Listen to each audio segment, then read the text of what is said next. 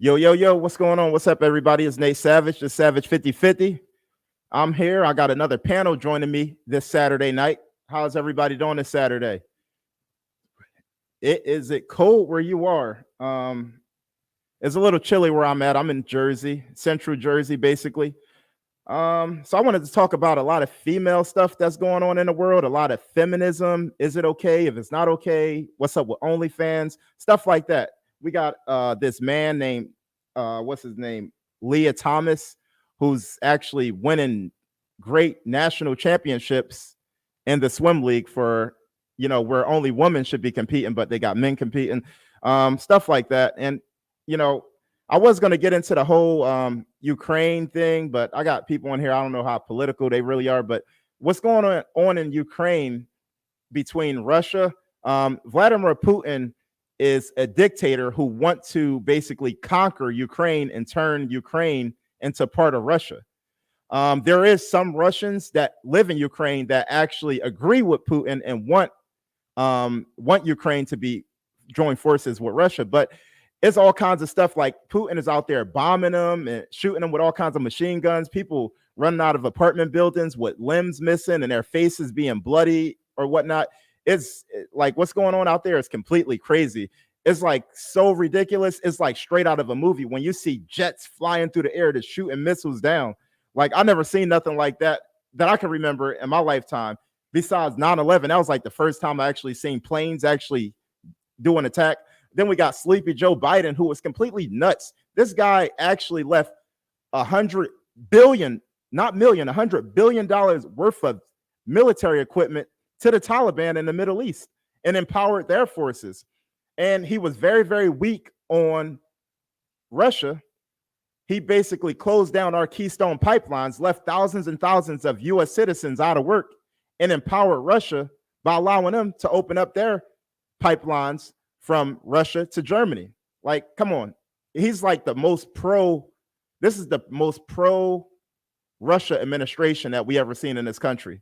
But we're going to talk about a lot of stuff. I just wanted to talk a little bit about that. Let me bring my friends in. I got some people that came in with me. All right. So I didn't used to cuss a lot. Yeah, we got Kay. Hi. Hey, what's going on? How you doing? Great. How are you? Happy Saturday night. Yeah, happy Saturday night. Turn up. Oh, no, that's not what this show's about. I hope you got your drink handy. Oh, yeah, I'm going to have one. We're letting the wine breathe, and then I'll have a glass. Yeah, it's really dope that you came on tonight. I know I caught you like in the middle of your whatever you got going on, right? Oh, no, I have a date after this. He's being very sweet and chivalrous and gentlemanly, and he's waiting on me to finish. So. Oh, yeah. I noticed your background is a little different. Yeah, I'm not at home. The wall looks a little whiter. Yeah, it's a difference. Yeah, I'm in a different location. I'm used to seeing a little light flitch right there or whatever the case may be. Yes. Right? Yeah, I usually film in my kitchen. Yeah. I'm in. Yeah. Yeah, it's cool that you joined me. This is a tough time for me to actually go live because I don't know if you know of ABL, Anthony Brian Logan. He actually go live around this time. Oh, yeah, I love his channel. I love his content. Right. A lot of people that follow me, they actually follow him too, but he's the big guy. Yeah. I'm just a small time guy. All right, so we got Jesus from last week. I'm gonna bring him in. Oh, yay. Yo, Jesus, hi. What's going on, man? What's up, y'all? What's up? It's dope as hell that you decided to join me tonight. Always. On such short notice. I was supposed to have another female coming in, but I don't know if she's gonna make it or not. I hope she does. Yeah. She's actually really cool. She actually came on my channel like last week, and I actually interviewed her. Awesome. I'll have to catch that on the replay. I missed that. She actually has like a podcast. Okay. Yeah, I'll definitely have to check that out. Something like that. Yeah, definitely. But maybe she'll come in. Maybe not. I don't know. But there's so much going on in the world right now. I mean, I know you guys. I don't know if you followed the Russia-Ukraine thing that was going on, right? Not really, right? You don't know anything. You can't. I mean, it's everywhere, so it's not like you can't see it. Yeah. Honestly, it's so important that we all pay attention to what's going on in Russia and Ukraine, because as much as we think that we're safe, history does repeat itself in some cases. And this guy, Vladimir Putin, he's a conqueror. This guy is a warlord, and he's basically a dictator who's bringing Ukraine to Ukraine is done. Ukraine is going to be part of Russia if no ifs, ands, or buts about it. You know what I mean? Yes. I mean, yeah, that's if the U.S. doesn't get involved. I mean, Vladimir has already stated that, you know, Russia is one of the world's leading powers when it comes to nuclear technology and weapons. He's already let the president and you know, other nations know that, you know, they're up to date. They're not behind by a long shot when it comes to nuclear technology. So yeah, they're definitely not. Anyway, so there's a lot going on right now. If you guys paid attention, I guess we'll get started. I don't know if the young lady is going to join us or not, but if not, oh well, she'll come in if she do. So in Seattle, Washington, I don't know if you guys been paying attention, but they actually loosened up prostitution, where now prostitution is practically legal in the city of Seattle. Are you like, Kay, from a female perspective, is prostitution, is it right? Is it wrong? Should the government have it be organized where we actually have like brothel houses like it was way back in the day? Or is prostitution completely satanic? I guess I would have to go somewhere in the middle. I feel like, okay, I know, first off, I feel like we shouldn't be doing it, but we can't avoid the fact that people are going to do it. So if women choose to do that, I definitely would be for a way of protecting them. You know, I know in some countries they do have, like you were saying, the brothels and all that, because people are going to do what they're going to do. You know, so if it were, you know, if I would have to vote on whether it should be legal or not, it would just be hard, because I don't think we should promote prostitution. I'm strongly against that. But for these women who are out there doing it, you know, I do feel like they are still humans and they should be protected. They should be looked at seriously when they're victimized and all that. So I'm somewhere in the middle. I don't know. Yeah. What about you, Jesus? What do you think about that? Well, for one, let's remember that prostitution is somewhat legal in the state of Nevada. I believe Yes. It's a big thing there, and to me, it's now becoming like alcohol was in the Prohibition. Anywhere that government can make money somewhere and monetize something, they're going to do it. Now, as far as it being satanic and everything, once again, I don't I don't believe in prostitution, just on the simple fact of the way I was raised. I was raised Baptist, and we all heard, if you ever, you know, been in a religious household, we all heard of the city of Sodom and Gomorrah. So, but as Kay said, you know, we live in different times. We can't, you know, ignore that fact, and people are going to do what they want to do. But it's kind of hard. Like, how do you, what safety measures do you put in place for, you know, prostitution or brothel? Like, some people, like, just the you know, the stigma behind it is, you know, no matter what, you're still a whore, you're still a hoe. Doesn't matter, you know, if it's legal or not. So how do we, I guess it's more so of like, how do we, you know, what safety measures could be put in place to protect these women? You know, a lot of women who, you know, prostitute themselves now are not heard, you know, when they go to the police with reports of rape. You know, people don't take those reports serious because it's like, well, you're a hoe. You probably was asking for it. So how do you normalize something or civilize an activity that is actually, you know, really looked down upon and frowned upon? I think that would be the biggest hurdle that they would have to, or obstacle they would have to overcome. Me, like I said, me personally, I don't believe in it. I don't think, you know, there's anything good or wholesome that could come out of it. Because I could tell you what, if, you know, my daughter were to grow up and say, Dad, when I'm a prostitute, like, that's not happening. I don't give a fuck if it's legal or not. I mean, I don't care if it's legal or not. I don't, you know, So it's like, where have we come in this world? Like how much of our morals have we let go to where we're considering legalizing prostitution? So Yeah. I think it's all just downhill from there. Next thing you know, we're legalizing. Well, they pretty much already legalized doing heroin and drugs on the street. So it doesn't, we're living in sad times right now, to be honest.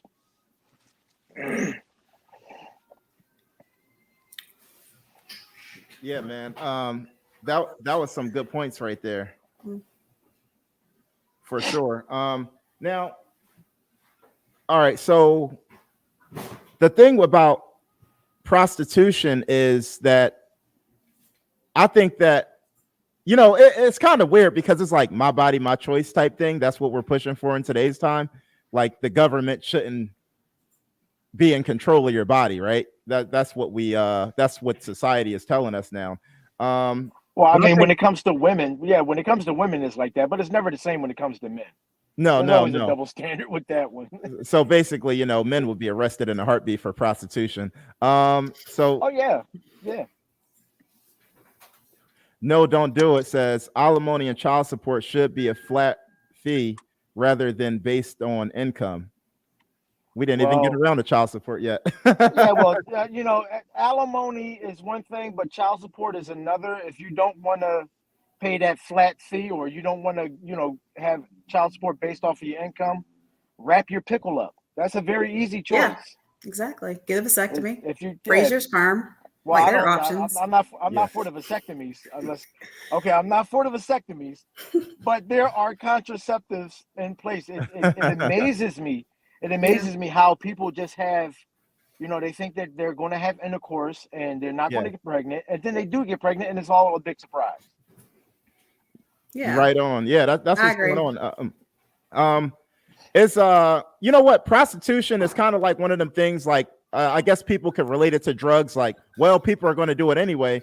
And a lot of these cities, especially like Jesus, me and you, we from Philly. So you go to when you go under the bridge, what is it? Kensington. Like you already know that it's going down. Like everything's going down. Everything's legal under that bridge. The entire L is the entire L train is just everything goes down there. But the thing about it is, like I said, it's like what have we become as a society to whereas this type of behavior is now being normalized? Like, what does that say about us as a society where we're running around trying to tell everybody that America's the greatest country in the world and America's this and that? And just look at our morals. Every day our morals are just going down the drain. Every day we give up a piece of our morality every day. And like you said, yeah, you have those people who are going to, say, well, I might as well do it anyway, or I can do it if I want and all that.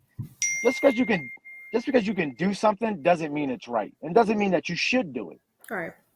I'm all for freedom and all that, but freedom does come at a price, and sometimes some freedom should not be allowed. Some things you should just not be allowed to do. I like that.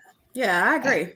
Yeah. So Master D right here, he said, if you legalize prostitution, human trafficking will increase dramatically. Men will become hardcore pimps of these women and abuse them even more. Exactly. That just speaks to my earlier statement as to what type of safeguards or safety measures are going to be in place to protect these women or to protect this business or however you want to call it, that industry. Right, what type of what are we going to do? Hire more police to patrol the brothels of America, Hey, they would have to. I mean, I wonder because other countries do it, and I wonder how they're. I mean, they have to have some type of system or something that they're doing. I don't know any details about it. But a lot of countries do it because it's ingrained in their culture. It's ingrained in their society. Take the Japanese for instance. They're geisha. Geishas are really just like modern day prostitutes, but they serve men on a more deeper level. That's one. It's just not about sex for them. But once again, it's ingrained into their society. Prostitution was a part of our society up until a certain point in history. Mhm. This is video of what happens out there in Seattle right here. The police don't do anything, you know. Hmm. I'm struggle streaming right now. But this is just open on the street. No cops. They're not doing anything about it. People selling themselves, and it's all good. They look so young. That's so sad. Like they look like babies. Exactly. This is the type of culture that is going to appeal to our daughters, and I'm not having it. I can tell you that from the rip. Yeah, it's almost normalized. Like turn 18, make an OnlyFans. It's I don't even know the word for it. It's sad. It's terrible. It's appalling where we live in a society now that women have. I won't say all women, but there are a lot of women who have nothing to offer but their bodies, and it's sad. But see, the thing is, they have more. They just haven't been told. No. There are a lot of women who are. There are a lot of women. Let's be honest. There are a lot of women who put too high of a value or a price tag on themselves. A lot of women nowadays really don't have a lot to offer, man. If you ask a woman, hey, what do you bring to the table? 9 times out of 10, a lot of women will say, well, I bring me to the table. That's not enough. Because that's all these women really have is their physical beauty. And once that fades and it fails them, they have nothing else. Yeah, because beauty fades. You're not going to be pretty forever. That's why what's on the inside and what's in your head is important. And that's the message that young girls need to hear, not turn 18 and get naked. It's almost like it's promoted and celebrated through feminism. I kind of believe modern day feminism is supposed to be liberating and freeing. And it's like, no, you guys are just putting these girls in a prison and putting chains on. Like sex work is not liberating. It's not freedom, and too many young girls, they find out the hard way. And if they're lucky enough to live through their experience, I mean, they live for the rest of their lives traumatized. And it's terrible that they promote this. So Seattle is allowing prostitution right in the city. Like the police, they're not locking anybody up. And then even if they do lock you up, you're not going to be prosecuted or really charged for it. You'll beat it in court. They'll throw it out. So the police are just allowing it. So they are prostitution in Seattle, Washington is legal. Off the record is legal. Yeah, and I'm just looking at all these girls on the street, and I'm just wondering, like, how many of these women actually have condoms on them? How many of these women actually have some sort of contraception? And it's like, once again, like I said before, what type of safety measures are going to be put in place to protect these women? Are we going to require HIV testing for all the Johns that come to the brothels? Of course. Are we going to require, STD testing and all this other? There's entirely too many variables to that situation for it to work out positive for anyone. It is. It's really satanic what's going on. I mean, and this is what is being promoted, and it's like if you speak out against it, it's like considered slut shaming. And I don't think a lot of people understand that this is actually politically related, even though we like to say it's not political. This is a political conversation we're having because it's politics that allow this stuff to happen. Mm-hmm. You're right. Exactly. And these young women don't know just how they are destroying their lives, their future lives. No real man is going to want an ex-prostitute. I'm just being serious. No real man, no high-value man is going to want a woman who worked at St. Clair's brothel downtown Seattle. I mean, look at Jocelyn Hernandez, I was going to say, hey, porn stars get married all the time. I mean, so there's a lid for every pot, I believe. But well, I get what your point is, though. But porn stars, very few of them get married. That's one. There are very few female porn actresses or models, however you want to call them, that actually do marry. Very few. It's not. You're not going to take, 5, 6, 7, 8 seasons of gangbanging and then go, I want that woman to be my wife. No, it doesn't go that way. Lord. Yeah, it's definitely never with the guys that they actually want to land. Definitely, guys actually, our value actually increases by the more women we sleep with. when women, their value actually decreased by the amount of men they actually sleep with, you know? And it's pretty sad it's pretty sad at how many women don't understand that. They don't understand that in most instances, it's not the woman who's settling for the man, it's the man who's settling for the woman. She's been used up. That man is getting that woman, excuse me. That man is getting that woman after she's been used up, after she's, you know, been abused and all these other things, you know. So a lot of women I don't understand. I think that once again that happened with the feminist movement. Whereas, you know, growing up, there were always commercials on TVs with girls saying, you know, well, anything you can do, I can do better, you know. And women are just too free with their bodies. The market price on sex with women has plummeted over the last 30 years. Yeah. If they don't out themselves after doing porn, yeah, I can see that definitely happening. We're gonna get around to that. Now, Kay, is there anything else you want to cover? Your thoughts, your opinions on prostitution, period? No, I think I've said everything I need to say. Seattle is they're out of touch with reality. But honestly, Seattle, I just highlighted, but this is actually going on in multiple cities. I mean, Jesus, you live in Philly. You know damn well the cops really don't bother people that's out there prostituting. The police, let me tell you something. It's happening in Seattle. It's happening in Philadelphia.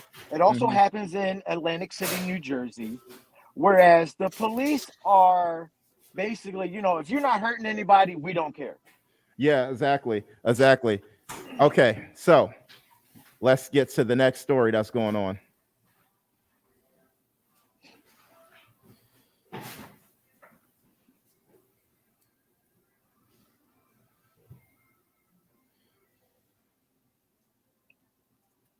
Records. Oh, I love this story. By the University of Pennsylvania's Leah Thomas, a transgender athlete who's seen split support even among her own teammates. ABC's Elizabeth Schulze has more. Leah Thomas will capture the win in the 200-yard freestyle with a time of 1:43.12 seconds. This morning, controversy along with victory, as transgender athlete Leah Thomas shatters women's college swimming records in the 200 and 500-yard freestyle on Friday in the Ivy League Women's Championships. He smoked those women. A new pool record, new meet record. Thomas, who was assigned male at birth, competed on Penn's men's team for 3 seasons before undergoing more than 2 years of hormone therapy.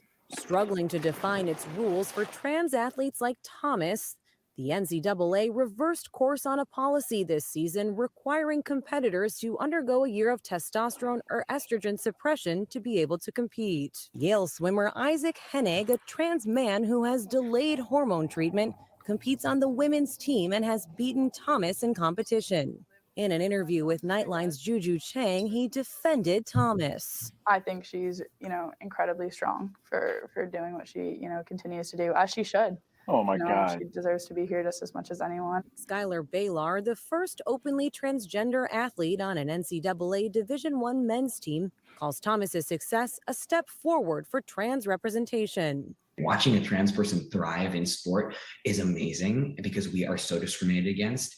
And so for her to be able to get up there and win and break some records, awesome, right? But it's also just awesome that she's able to be herself and compete. Critics argue athletes like Thomas have an unfair advantage. Leah Thomas has been through puberty. So that's 10 years of having testosterone, making broader shoulders and bigger lungs and strength. Nancy Hogshead-Makar is a women's rights attorney and former 3-time Olympic gold swimmer. She coordinated Oh my God. Oh my God. Okay, so this is a real thing that's going on, a real debate in the country. Half of the country seem like they're on board with it, and half of the country is not on board with it. Is this a disgrace to young women who actually worked really hard to try to be the best at their position, and they got to compete with a man? I mean, is this equality? I mean, I guess women want equality. Some women think that they're equal to men, but men and women are completely different. Men are superior when it comes to athleticism.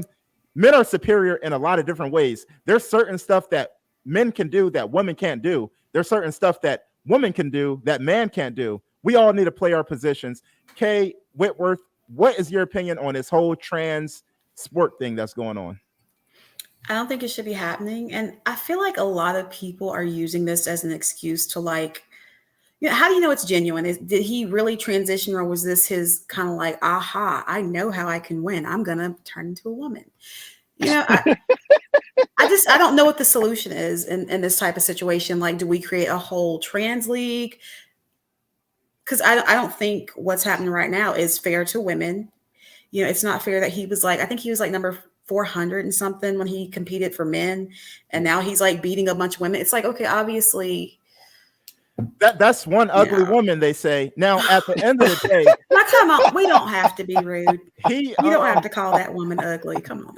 But that's the thing. It's definitely not a she. But the thing is, this guy is a man outside of swimming. He's only a woman. I think he got a girlfriend and everything.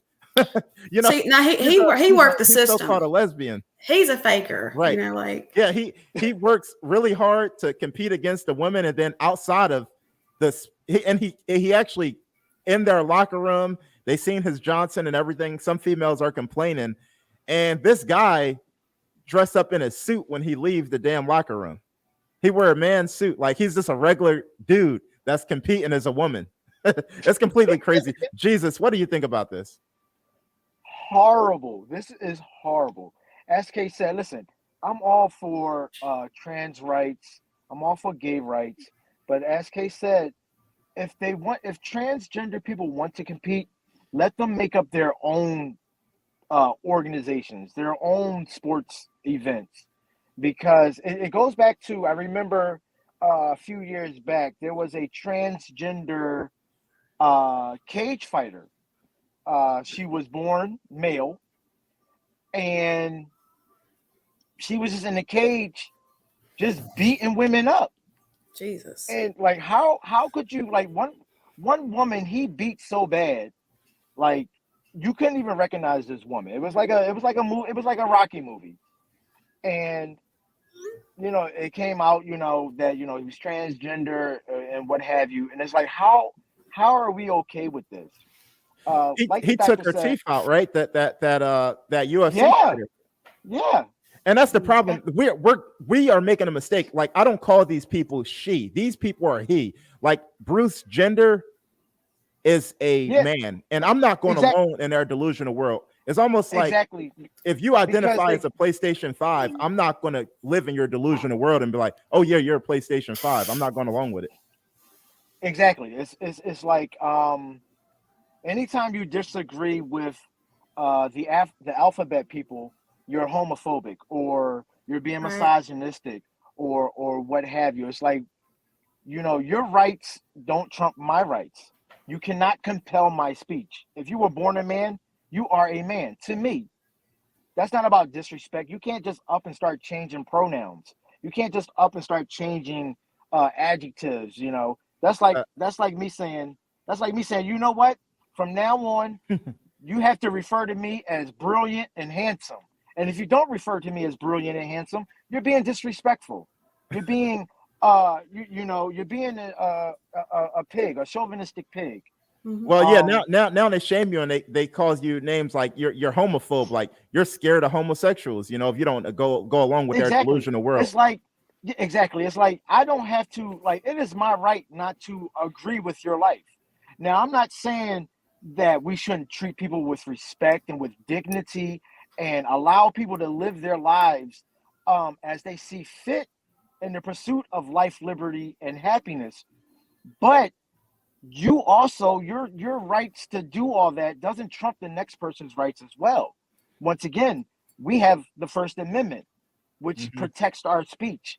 You, them, the government cannot compel our speech. You cannot compel me to call you that. You can't compel me to change. I'm not going to teach you, like, I'm not out here. Yeah. I'm not going to teach my children to pretend that men can be women and women can be men, because it doesn't do that. It doesn't work that way. Biological markers, chromosomes, these are all relevant. They're not things you can just sweep up under the rug just because you took a year's worth of estrogen hormones and now you're considered a woman. Like that swimmer dude, he was like lapping these women. Like these women were like when they first lapped, he was like on his second and a half. And that's not fair. It's not fair. It's not fair when women athletes see stuff like that. And you know, they work hard and they train hard and they diet and they work out only to have a biological man come and snuff all their workout just because he is physically stronger and different than they are. Such a disgrace. Like you said, such a disgrace. I mean, we got all right. Robin said, yeah, man can't have babies and women can't beat men in sports. If you look at the shoulders, it's ridiculous. He's a cross-dresser wearing a woman's swimsuit. Right, exactly. And then we got somebody that said, supposedly he openly says he still likes women, so he's a trans lesbian. And then that just blew my mind. Right. So basically it blew my mind too. And then it's Ma'am by Master D. Yeah, it's ridiculous. It's ridiculous. It's once again, what have we come to as a society where this is normal? Where it's normal for men to go into a cage and get locked into a cage and beat women's brains out. Like if a man did that on the street, he'd be locked up. Yeah, well, we're living in our delusional world, and this is us being all pro-woman. This is all part of the feminist agenda. This all part of the alphabet community agenda. Like all of this stuff have an agenda, and it's even being pushed. If you guys watch like certain TV series, I heard what was the show, The Chi? I think that I hear like the first 2 seasons was pretty decent, but then the 3rd season it started pushing like a lot of like LGBTQ and all of this like feminist stuff, and then I think a lot of people fell away from that show. It has gotten so bad. It has gotten so bad to where they have made. I remember reading an article about a comic book, a Superman comic book, where they have now made the son of Superman, Kal-El, and Lois Lane gay. But why though? Like, can we have anything? It's like, Jesus Christ, y'all want it all? Now you want our superheroes. You want to compete, you know, you want men to beat up women. You want men to beat women's records in sports. It's like, we can't have nothing. Nothing is safe. It's like heterosexuality now is, you know, offensive. It's like being a heterosexual male today is offensive because you can't be straight, you know, without, you know, someone saying, well, you know, LGBT, like it's horrible. It's horrible. We can't have nothing. And if once again, if you disagree with these people, or if you you know, say something or speak out against them, you know, they're trying to cancel you. They're trying to you know, call you all types of names, and they're more vicious with the name calling or the discrimination against heterosexuals than heterosexuals are against their community. As a heterosexual male, I don't care if you like men. I don't care if you like women. Yeah. I agree with you 100%. The trans people is so satanic. I mean, it's Trans Story Hour. I mean, this was pushed by our first gay president, Barack Hussein Obama. Him and his wife, Michelle Obama, actually organized for children to have a trans story hour where trans men are actually going inside of little children's schools to read like transgender books, you know, and teach kids that it's okay. It's okay to be this homosexual. It's okay to be a cross-dresser. I would lose my freedom if my child came home and said that to me. And this is the first pro-black administration that the country ever had. Do you got any opinion, Kay, on Big Mama Michelle? I don't know who that is. That who you were just describing? I've never heard that name in my life. Big Mama. Yeah. They just need to let kids be kids. Like, kids don't need to be learning about sexuality in general. You know, it's not just about, because people always want to yell, oh, it's homophobic. Like, no, elementary schoolers do not need to be taught anything but crayons and this is my best friend and check yes or no. Like, they don't, it just does not need to be in elementary school. That's my whole thing. Like, I'm all for education, but let kids at least hit freaking puberty. Like, they don't, when I was a kid, I wanted to be a unicorn. Like, you just let them grow and develop, and they'll know who they are when the time is right. But keep that out of elementary school. It's just confusing to them, I think. Yeah, exactly. It is. It's real confusing. Kids don't really understand none of the stuff that's going on in reality. So anyway, all right. So I'm gonna play a little bit of this video, and let's hear what this satanic lady has to say. Oh Lord.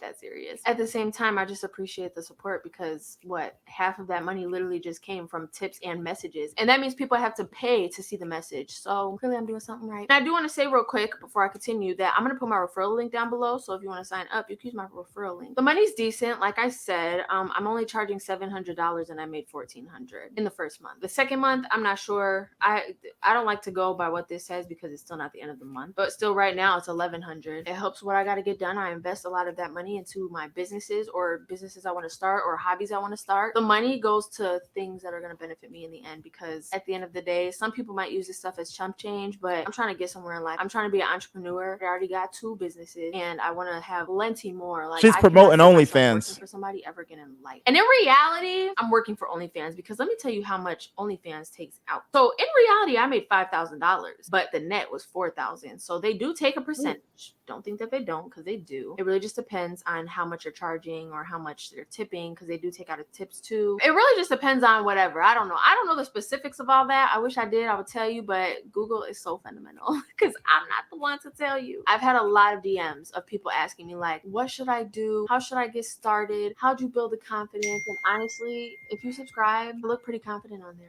And you know why? Because people that follow me make me, well, they don't make me, but they help me feel confident. So it kind of just rolls in. Like, if you don't feel confident and you go on OnlyFans, people are going to literally boost the fuck out your confidence. And I'm not playing. Daddy issues, all types of mental issues. Crazy. They make me feel more than I feel on my own on a daily. To be honest with you, I'm doing stuff I like to shake my ass. I like to dance to music. I like to listen to music. My Snapchats be straight music half the time. Like, I like to dance and listen to music, or I like to take pictures of me looking nasty. I like to do stuff like that. So me being on there and then them hyping me up, it's really helpful at the end of the day. Just for your self-confidence too, like I said.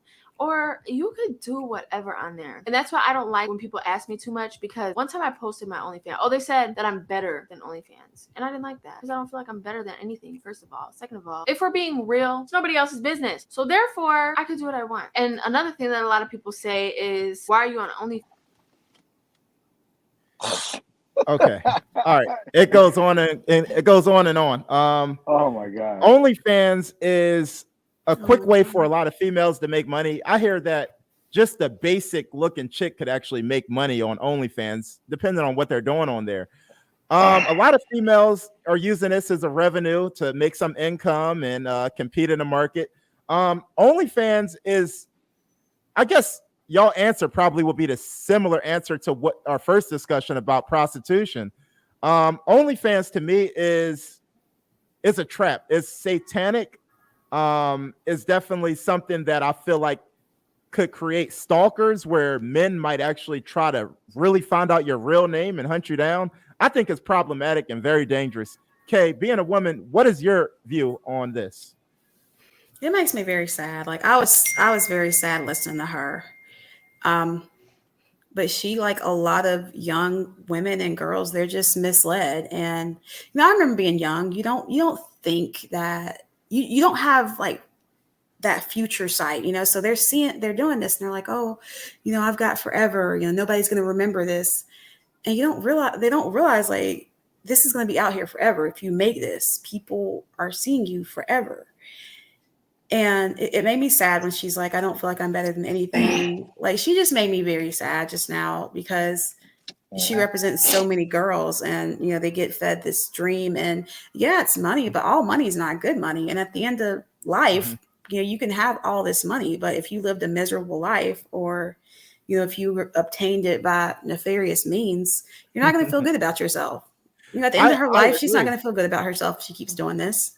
I agree, Kay, because at the end of the day, it's just like you are exposing yourself and you don't know what is going to be down the line for you 5 years from now, 10 years from now. And this is stuff that can't ever go away. Like you're never going to get a job at MSNBC or Fox News as a commentator if somebody pull up your history of certain stuff you did. And honestly, even for a regular person, when it comes to like Instagram, Facebook, you really, which I wasn't, so it's probably too late for me. If I ever tried to run for president, they would pull up stuff that I posted on Facebook from 2011.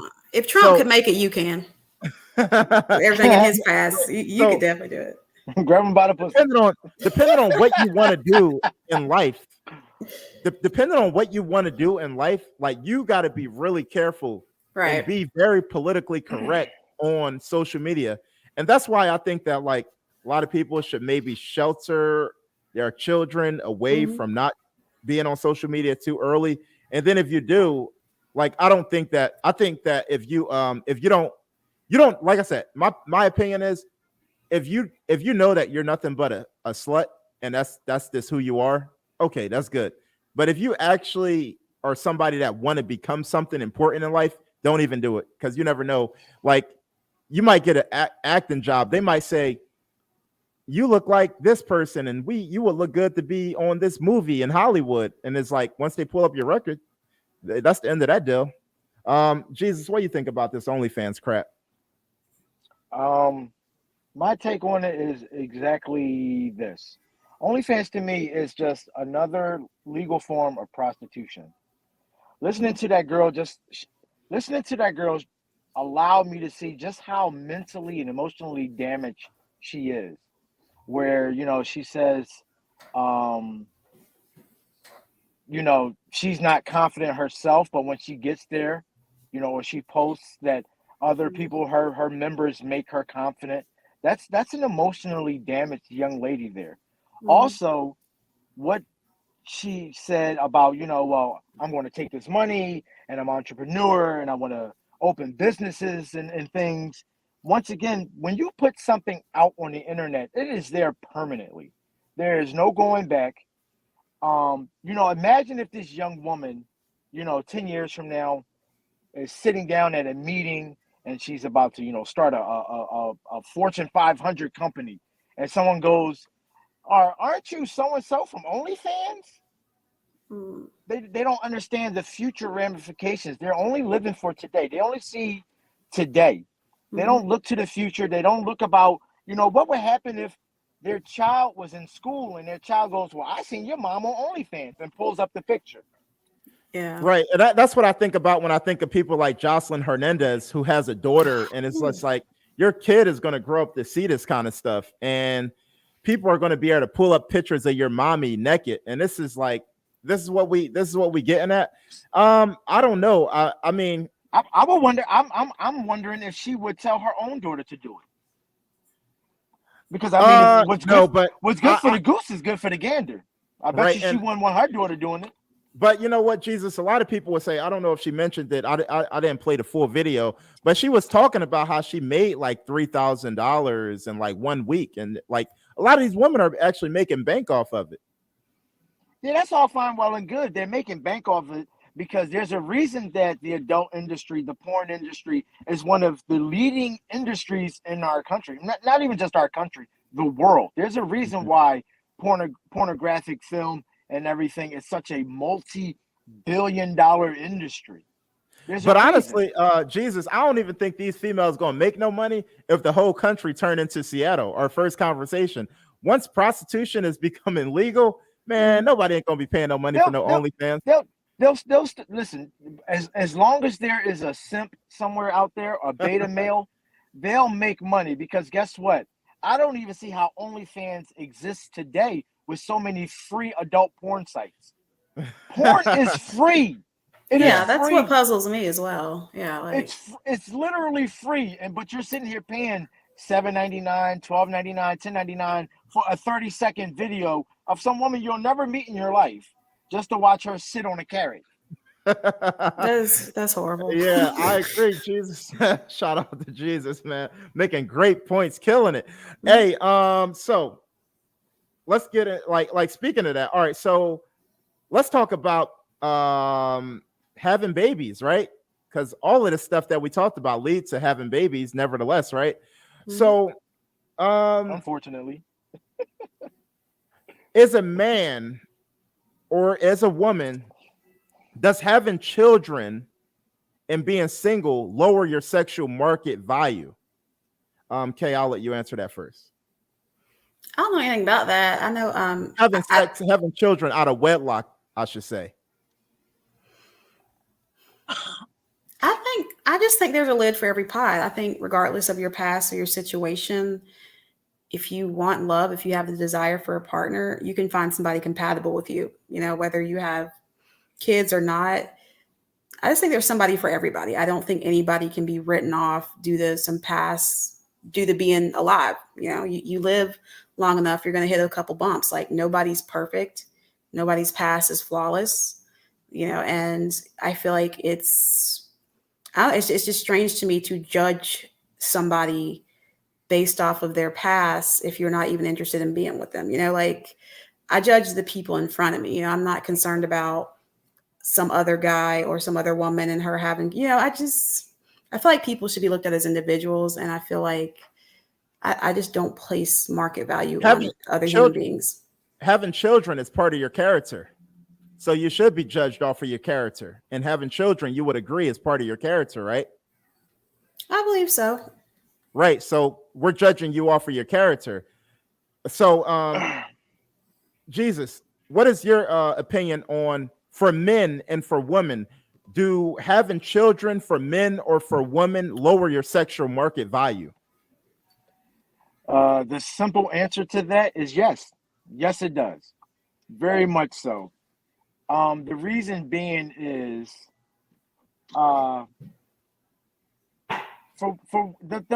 let's speak to the women. The more children a woman has, especially by other men,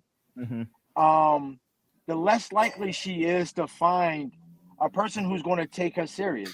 Yes, as Kay said, you know, there's a lid for every pot, but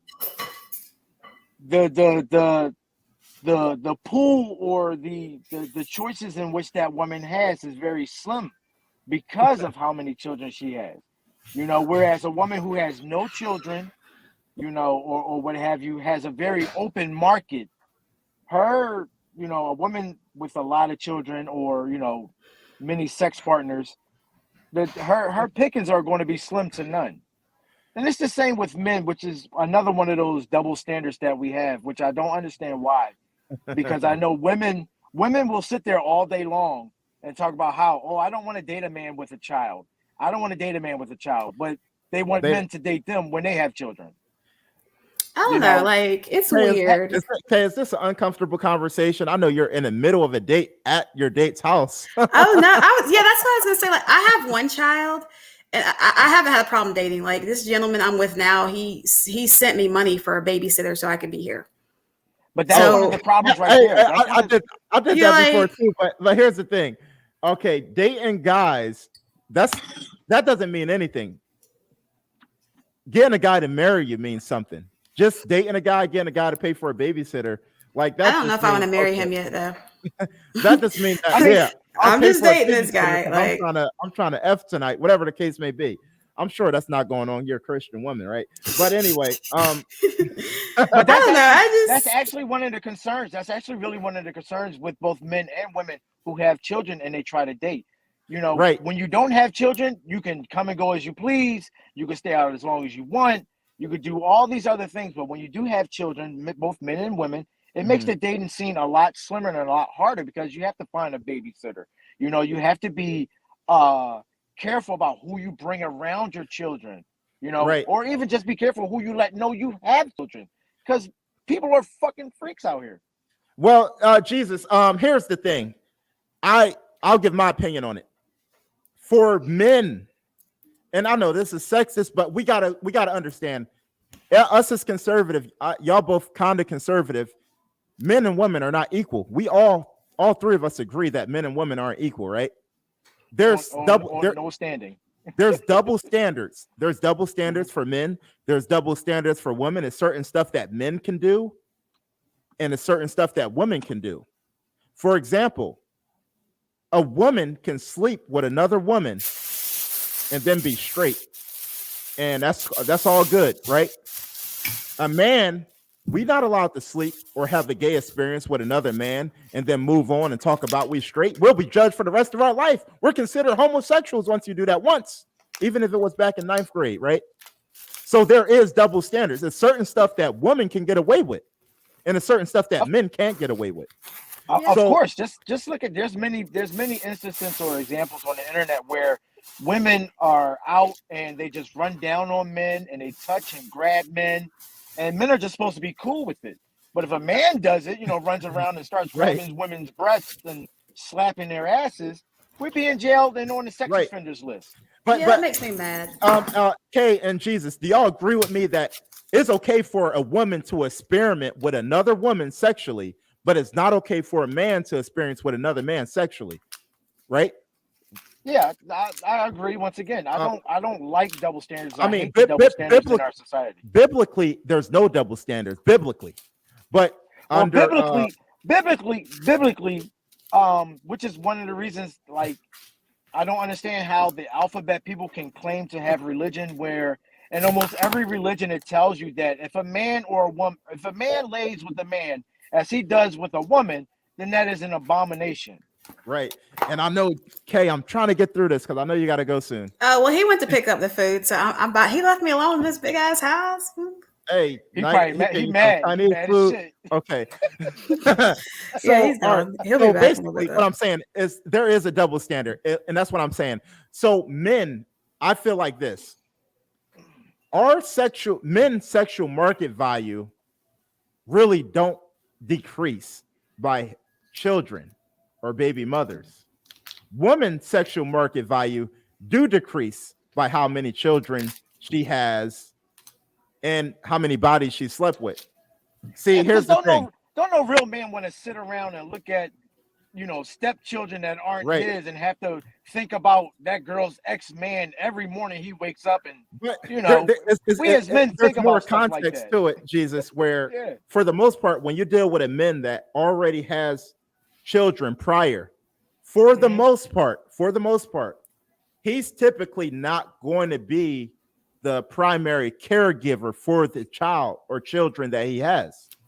Most likely the woman is going to be the primary caregiver for the children, right? So, and then men, our bodies don't change no matter how many babies we have. Our body is going to stay the same.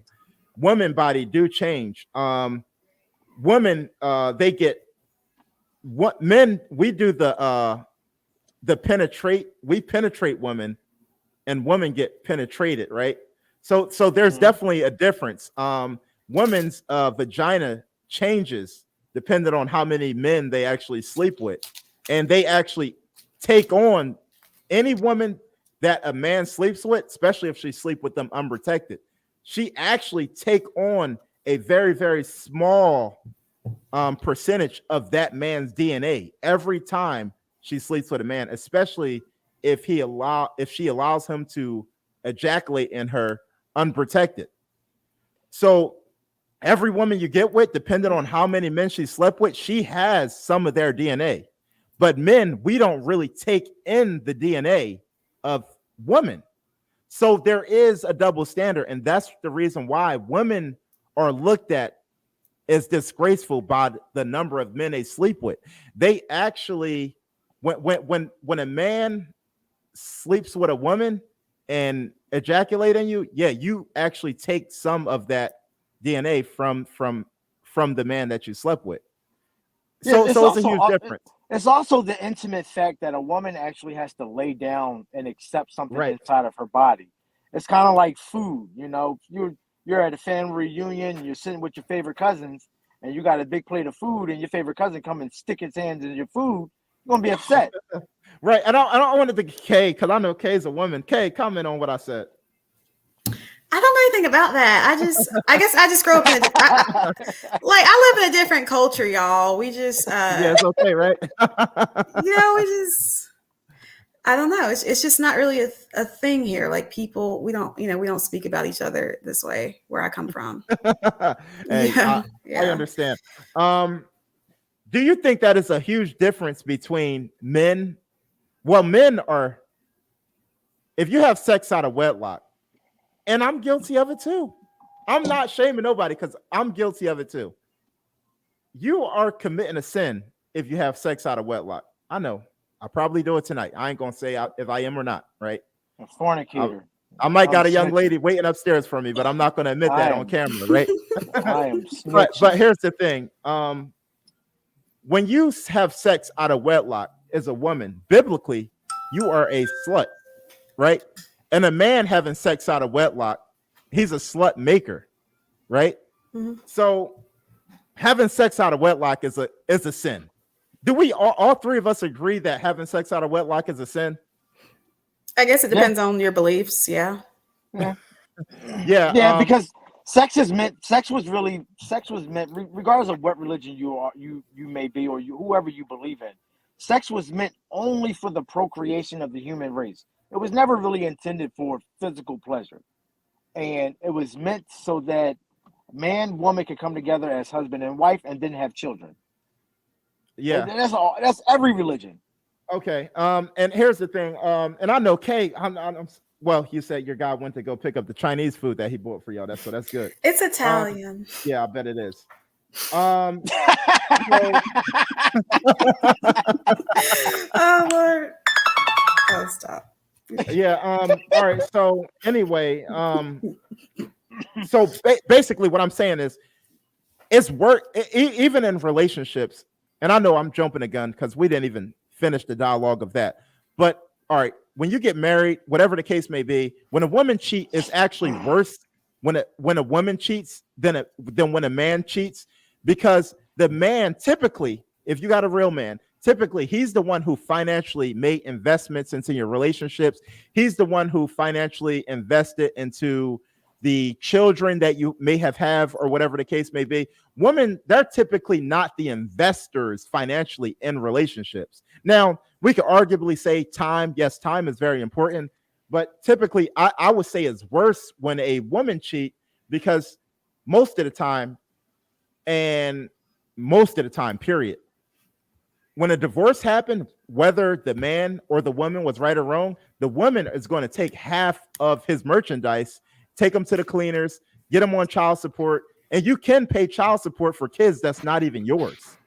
Kay, can you respond to that? I hear food. Well, let's see.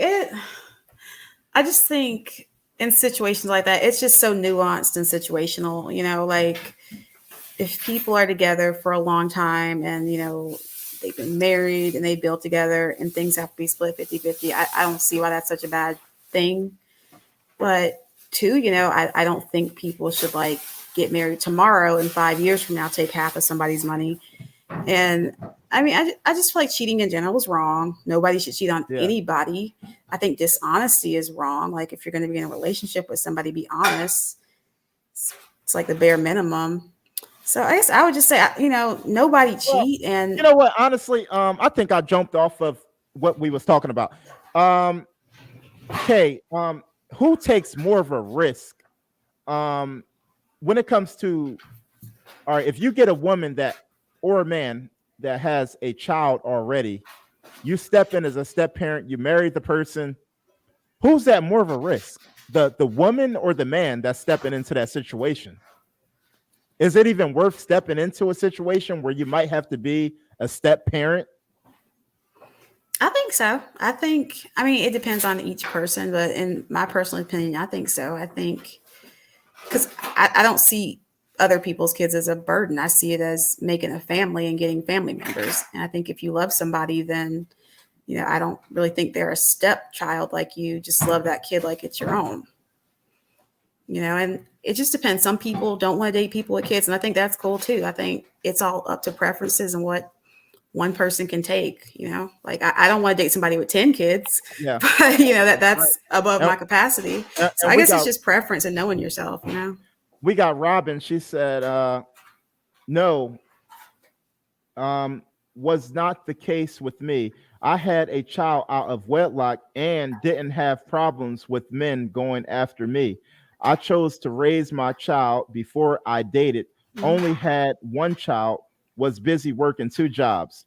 So she basically waited till she was I can older. almost guarantee that the men that were going after Robin were not trying to marry her. They were just trying to have sex with her.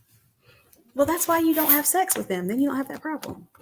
I know it's easier said than done, but Yeah, but a lot of women says that a lot of women don't know the difference between a man that's pursuing them for marriage and a man that's pursuing them for sex. And they think, well, I beat men off with me every day with a stick. All the men are on me. Yeah, but how many of those men really would marry you? How men many are of those easy. men would stand? Y'all are easy.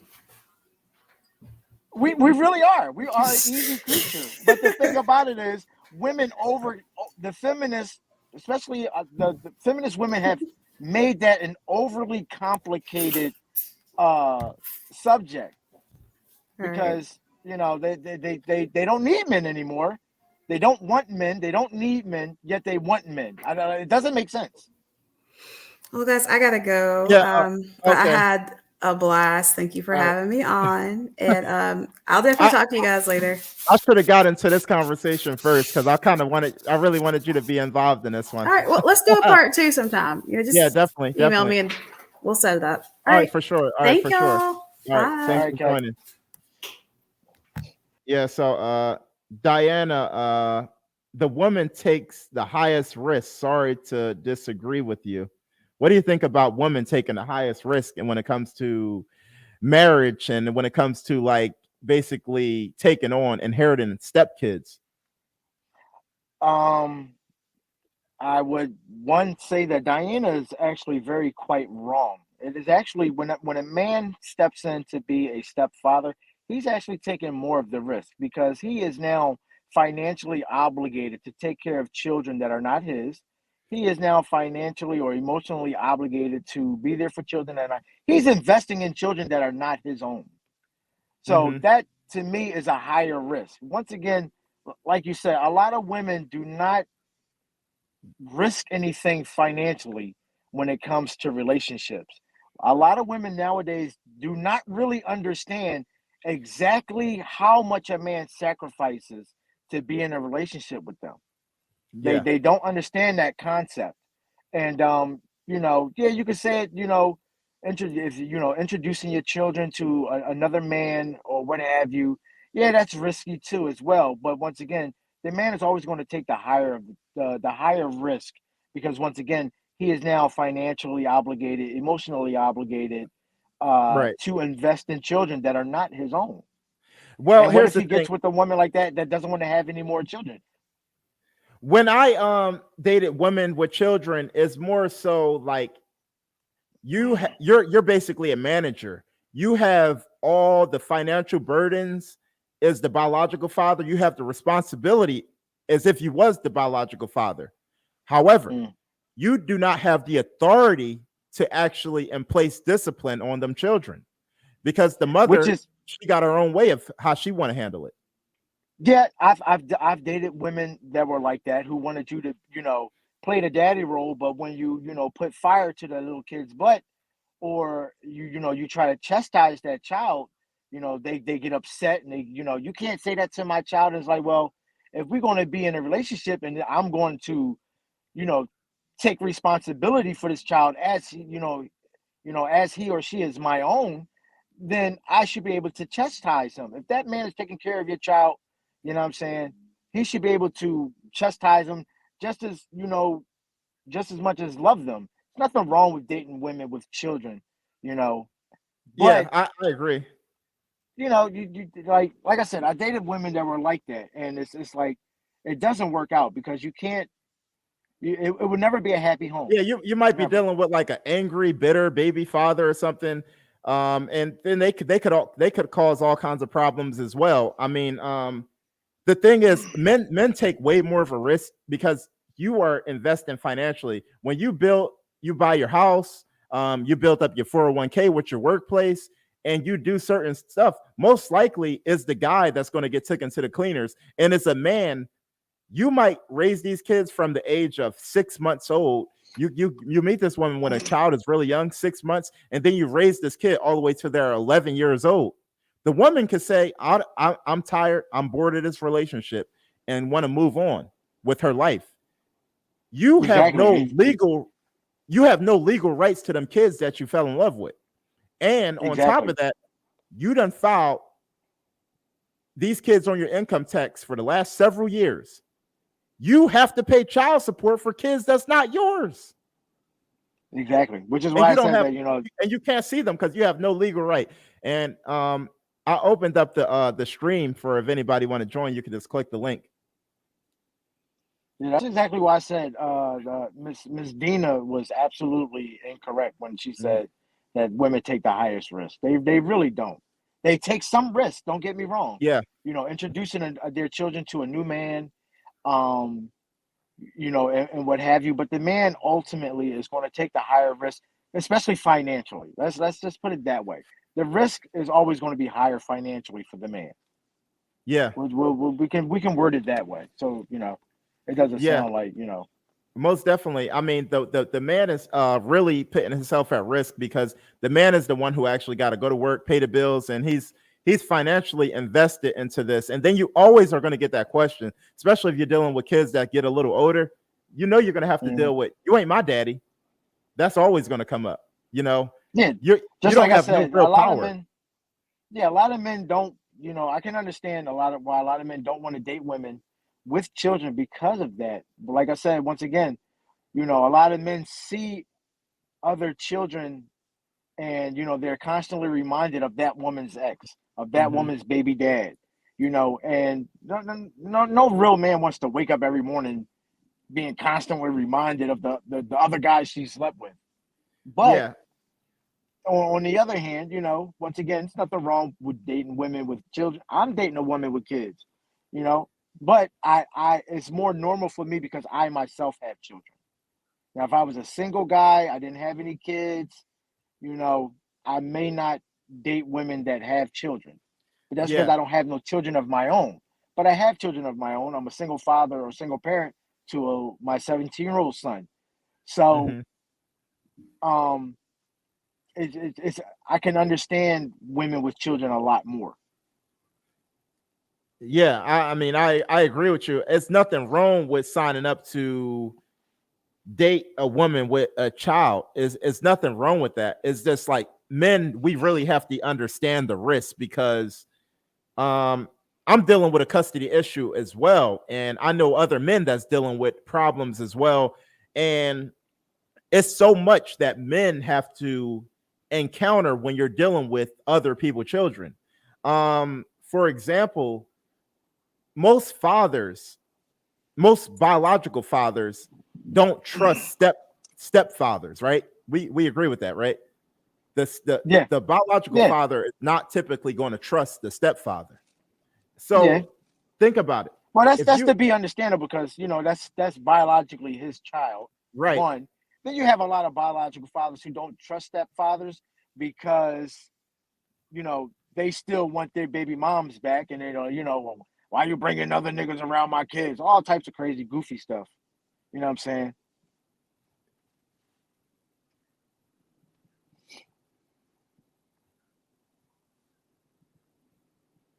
Yeah. So Diana says, sorry, Papa, you're so wrong. I had my kids in wedlock and he was a womanizer, abuser, alcoholic, drug addict, narcissistic, and he never wanted to work. I went to school, worked, paid all the bills. Well, Dina, you were a complete dummy. Let me be real. You were a complete dummy because if you married that man, there's no way you could tell me you didn't know he was a womanizer, that he was an abuser, that he was an alcoholic, that he was a drug addict, that he was a narcissist. Being a narcissist doesn't happen overnight. Okay? So you saw all these you either saw all these red flags and chose to ignore them, Mhm. or you got played. Well, to give her credit, we got to be respectful to my supporters, right? I never messed with another man after I left their dad. I mean, that's a good thing. After a horrible experience like that, I understand not messing with another man. But it is something that we have to intake, because I just feel that men, we are really putting ourselves at risk, because we have a lot to endure. It's a lot of responsibility, and the way the laws are set up, the laws are completely anti-men when it comes to family court. When it comes to family court, men don't have no respect in there. Everything's men- catered for the yeah. woman. Yeah, men, and not just men, but especially fathers, especially in the court systems. Fathers are always treated as second-class citizens. Right. Always. And It's like the mother, by default, gets all the rights, even though Right. there's no signed paperwork. And that really goes to show how we are as a society and how our society values us as men and fathers. And Jesus, I wanted to basically talk about this, because this is very important, and I don't think a lot of men. I know a lot of men that actually go through this problem, right? I was telling you about how the biological father typically don't trust the baby mother new boyfriend. So the biological father, say you got a 13-year-old daughter, right? Mm-hmm. When that 13-year-old daughter goes with her father for the weekend, he's going to be like, how's everything going with your mom? Is that man touching your mom? Is he touching you? Did he ever hug you like this? Did he ever look at you too long? So basically the biological father is questioning the daughter, and you're the stepdad. Every time that the daughter goes see the biological father, she's basically being interrogated to question if the stepfather is sexually doing anything wrong. Okay. And then she say no every time. But what happens when you that stepfather and you basically discipline that 13-year-old stepdaughter? However it takes. She's not allowed to go out after 11 o'clock, or she got to stay in her room. She's not allowed to use the iPhone 13, whatever the case may be. She might get pissed off at you as the stepfather. What do you think is going to happen when she goes see her biological father again? Her biological father going to say, is everything okay? Everything okay in that house? Is that man looking at you? Is he touching you in any kind of way? She might want to seek revenge. You know what? As a matter of fact, yeah, he did come in my room in the middle of the night and ask me to take something off. What do you do? You know what I mean? That has happened. There are cases that no, there are a lot of cases that has happened. It happens a lot. Mm-hmm. It happens so often. It happens so often. Once the kids are 13, I think 13. Once they're 13, you're going to jail. It doesn't matter. A lie, no lie. They don't have to have no proof. No proof. Once the kid is 13 and they say you touched them, you looked at them wrong, you go to jail automatically as a man. Period. Mm-hmm. Is it worth being a step parent?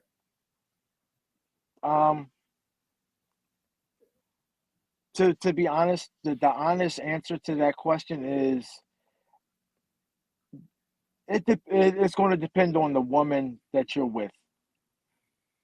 It can be worth it. It's probably I'll be honest, one of the best things that I've ever really experienced in relationships is, being or having dated women that have children and being able to do things for those kids that their own fathers wasn't doing. And it made me feel good to see that kid smile and laugh and we can play around. So yes, ultimately, for some people, if you want to, everything in life has risks. So ultimately, yes, it can be a wonderful experience. Would you say that when you step into a relationship as a man, do you got to be more cautious if the women have daughters versus sons? Yes, always. You always have to be more cautious. You always have to be. Think about it, Jesus. At the age of 13, based off of that scenario I just told you, 13, 14-year-old girls, they start going through puberty. They might start Mhm. seeing you as a sexual symbol, as the stepfather. They might try to make a move on you, and That has happened. that, That that has that's what happened in happens. many cases. And if you don't do it, she might They'll go get to her you. mother and say, he tried to rape me, he tried to touch me, whatever the case may be, right? So Yeah, that has happened. this happens all, and I think that people don't understand that this happens all the time. Honestly, Jesus, I wish we would have got into this sooner because I really wanted Kay to be here for this, but this is Yeah, a real problem that being a step parent, this is something you really have to worry about. Yeah, I mean, you know, there are parents out there who have to worry about it from their own biological children. I remember not even just their biological children. You know, sometimes they have to worry about it from their child's mother or their child's father. I remember I was watching a video on Instagram, and this father was having his ex-wife, who was the mother of his 3 daughters, taking a lie detector test in front of their 3 daughters because the mother, because she hated the father so bad, lied to her daughters when they were young and told them and implanted in their heads that their fathers used to touch them inappropriately. I think I know that story. You know what? I'm gonna actually pull that one up. Please, Diana, bro, it was really so I heartbreaking, bro, to see I that. didn't know better, but when I learned I was done between, By the I way, never asked his lame ass for anything. Okay. well, once again, Diana, listen, Savage, I support your supporters as well. But if you stand around or if you allow a man to lay up under you Yeah. and you don't ask him for nothing, do not complain when you get nothing. Right. And this is all respectable because we're on this channel to learn. I stepped away from politics, especially this time, because I think that I kind of want to convert my channel more over to a men's channel in a way, but I'm still going to cover politics. Don't get me wrong. But these are conversations that a lot of people ain't talking about. A lot of people not talking about the risk of a man stepping into a woman's life and being a step parent. There is a lot of risk. Diana was probably young, parted with him, had kids, grew up, and he didn't. Yeah, that could have happened. She said exactly to respond back to that. This is a huge problem in our society. People want to simplify to being stupid. I'm not anything close to stupid. I was young and naive, didn't know anything about anything. I relate to you 100% because don't get me wrong, as much as I speak out on it, I'm dealing with a custody issue too. And my baby mother is she's a clown. She is a clown. She is really trying to take me out of the children life, spreading all kinds of false narratives about me. It's just completely ridiculous. It was my friend that pushed me into a relationship with him. Jesus, these are real problems that people have to look out for. You know what I mean? These are true problems. Like, okay, I gotta hold on. Jesus, you could talk to the people for a second. say your mind. Speak your mind. I'm just reading Miss Dina's comments. You know, she responded to Robin Irvine and said it was when she said, you know, it was my friends that pushed me into a relationship with him. And it's like I understand being young and I understand being naive, but what I don't understand is how you didn't have a mind of your own. You allowed your friends to put you into a relationship with this man, not knowing him. Let's take accountability for our own actions. It happens so often, right? It definitely do. Sonia, Scrap, I've never had friends. Yeah, Sonia, I appreciate you tuning in. Yeah, I kind of rushed through the topics today because, you know, I wanted to get through everything within an hour before Kay left. But we could keep it going. The thing is I'm telling you, like, so many men are being falsely accused by listen, I know this happens, Jesus. Think about it. If you're dealing with a woman that has a 13-year-old daughter, the 13-year-old daughter already despises you. The mother despises you. You may have cheated on her, whatever the case. You may cheated on her with her sister or her friend or something like that. She completely have a vendetta against you. She tell her daughter, you know what? Say that he touched you and I'm gonna back you. If the daughter and the mother says that you touched them, you're going to jail.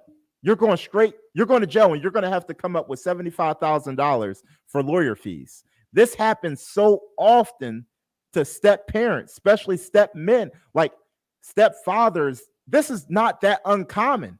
It's not talked about on national media because everything is about women oppression and women aren't protected. But women are actually the most protected, especially when you think about family court. These are real problems, Jesus, that men are actually going through that nobody's talking about. Well, that's because nobody talks about it because it doesn't fit. I mean, have you ever heard of today's something like that narrative. happening? Men being falsely accused of touching the stepdaughter? Yep, happens all the time. All the time. I've heard of plenty of cases. I've read, once again, like I said, that video, I don't know why. I guess it's because of the topic that video just sticks out in my mind, where the mother, implanted into her young daughter's minds that their father was touching them inappropriately. And it wasn't until these young ladies became grown women that, the truth actually was revealed, that their father did nothing but love them and never touched them inappropriately, not once. And that's just a story that was documented. But the problem is, okay, Jesus, there are men that do sexually abuse children. That does happen. But it often happens that women will lie on a man knowing that it would destroy a man, knowing that she doesn't really have to provide any proof, just her word of mouth. And most children are going to go along with what their mother is telling them to say. And this is something that needs to be even talked if it comes about more out, often. the man is still destroyed. The man is still destroyed, even if it comes out that he didn't do anything. His reputation is still shot. Because no matter what, once you hear something like that, or once you've been accused of something like that, that's always going to be a factor and a question in the back of people's minds. Always. No matter if you was proven innocent or not, it's always going to be a question. Always going to be. Yeah. Okay, Diana, dude, you were never young and stupid. You were always perfect. Give me a break. I left him and went and did my thing. I brought 3 houses after him. Once again, see how she tries to deflect with something she did financially. We're talking about the poor decisions that you made in life, the poor decisions that you made in men. Regardless, yes, I was young. Once again, you clearly didn't hear when I said, I understand being young and naive, but that is not an excuse for poor decision making.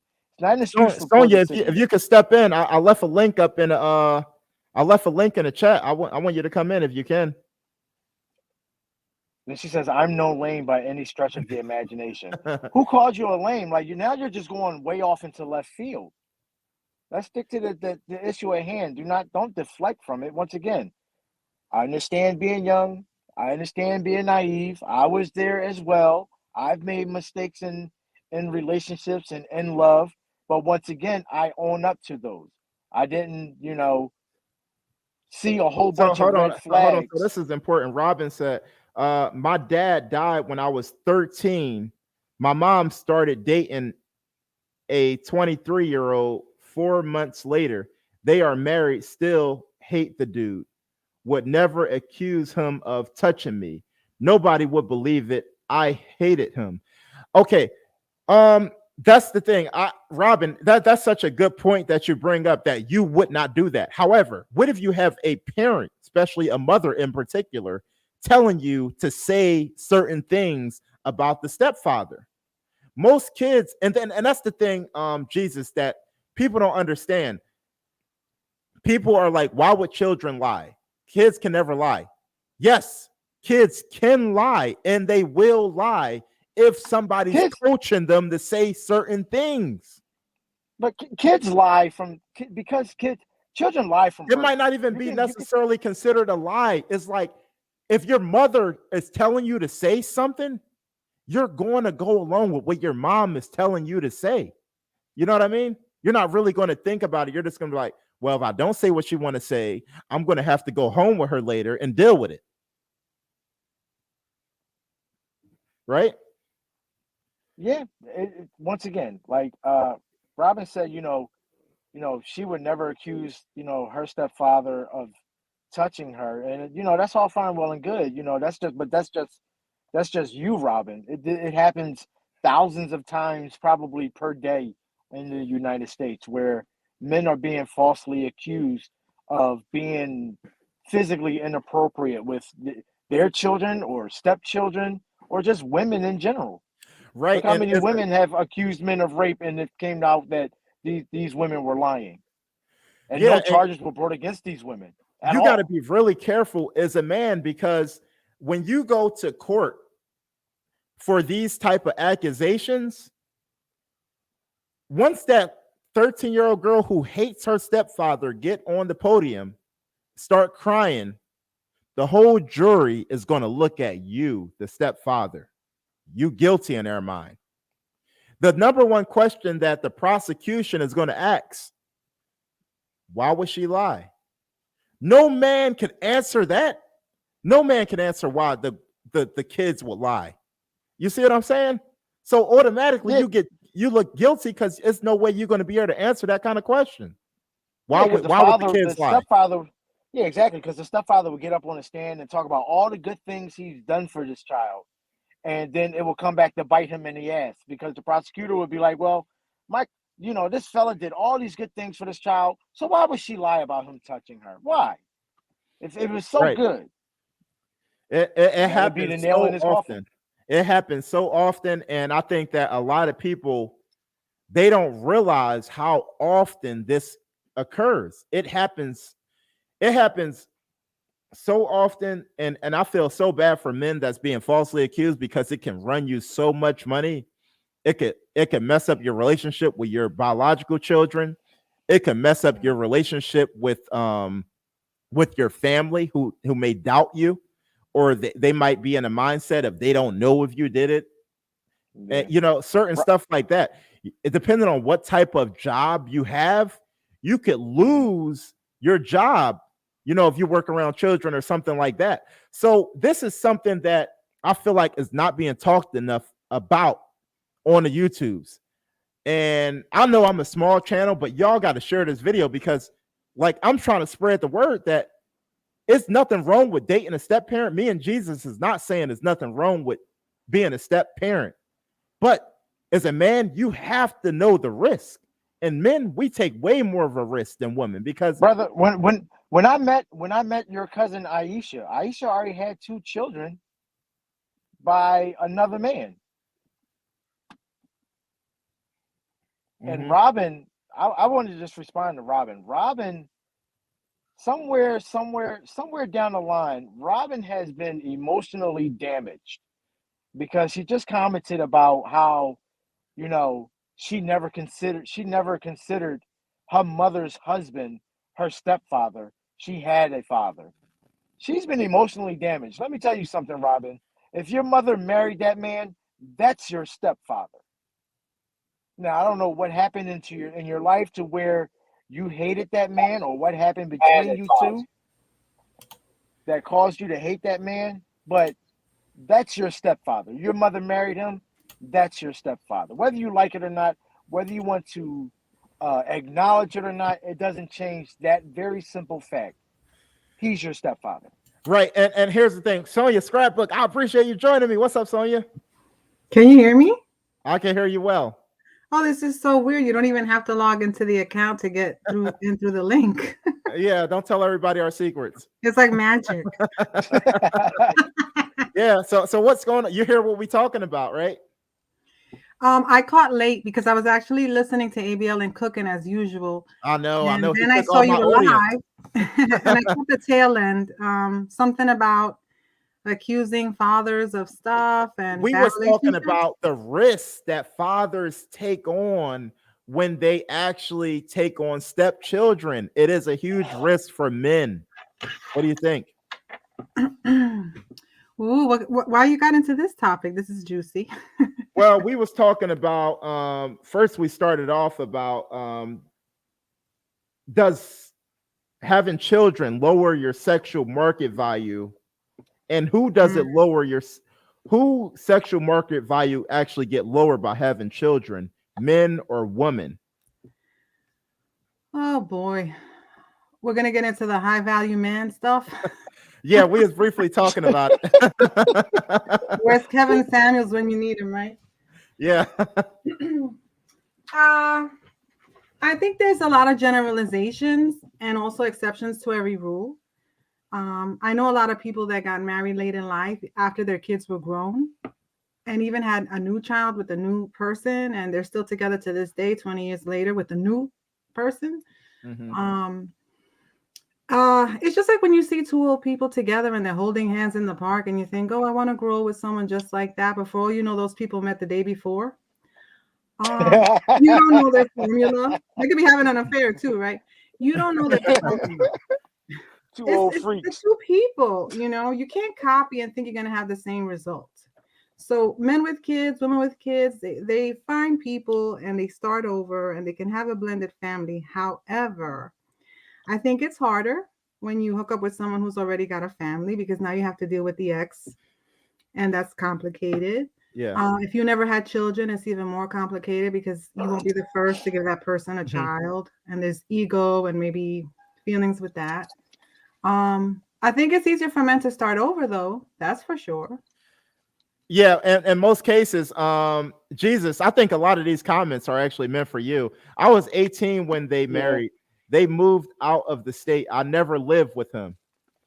You don't have to live, Robin. You don't have to live with that man for him to be your stepfather. He married your mother. He's your stepfather. Once again, whether you choose to acknowledge it or whether you choose to, ignore it, it's a simple fact. And what blows my mind is how you cannot accept that simple fact. He's your stepfather. It doesn't matter. You can call him Tony. You can call him by his first name. You can call him by his last name. You can call him by his stage name. He's your stepfather.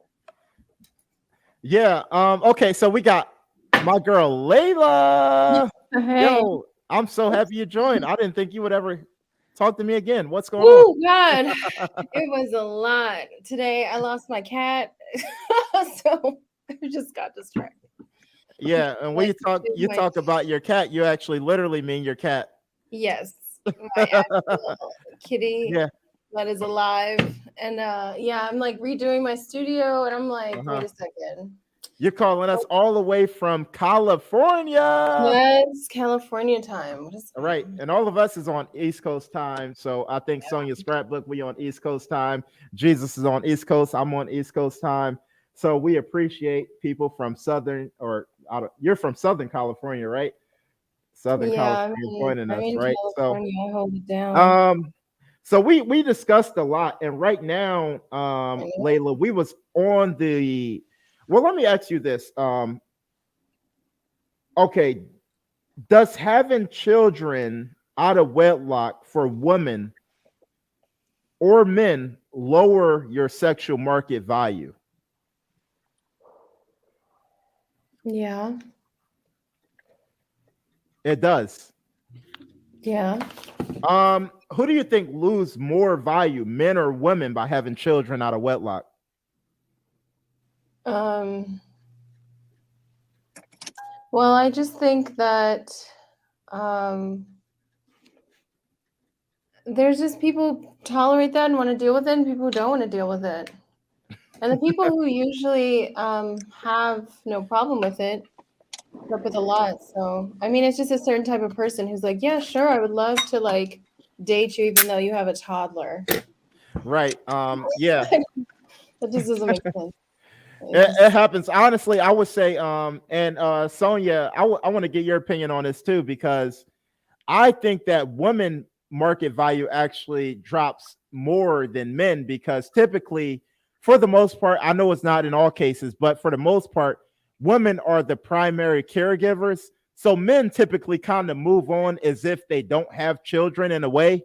So when women get with men, they typically don't got to deal with your children unless it's like on weekends or something. However, when men deal with women, single mothers, they always have to deal with your children because you're most likely the primary caregiver. You're always going to have your child with you. So the thing is, I think that and then on the financial aspect, men are expected to pay as well. So when it is a financial burden, I think that men are actually taking more of a risk when it comes to taking on stepchildren than women. Sonia, what do you think about that? I think that when the man moves on, whether he has a new kid with the next lady or she already has children, he's definitely going to be the father in that home. Those are the kids that benefit because they're under the same roof with him. So what was the question again? Who takes who takes on more of a risk in your view when it comes to being a step parent? A mother, like a woman being a step parent, or father being a step parent? Like, do the woman or men who's actually more who's taking more of a risk, the man or the woman, when it comes to actually getting in a relationship where there's stepchildren involved?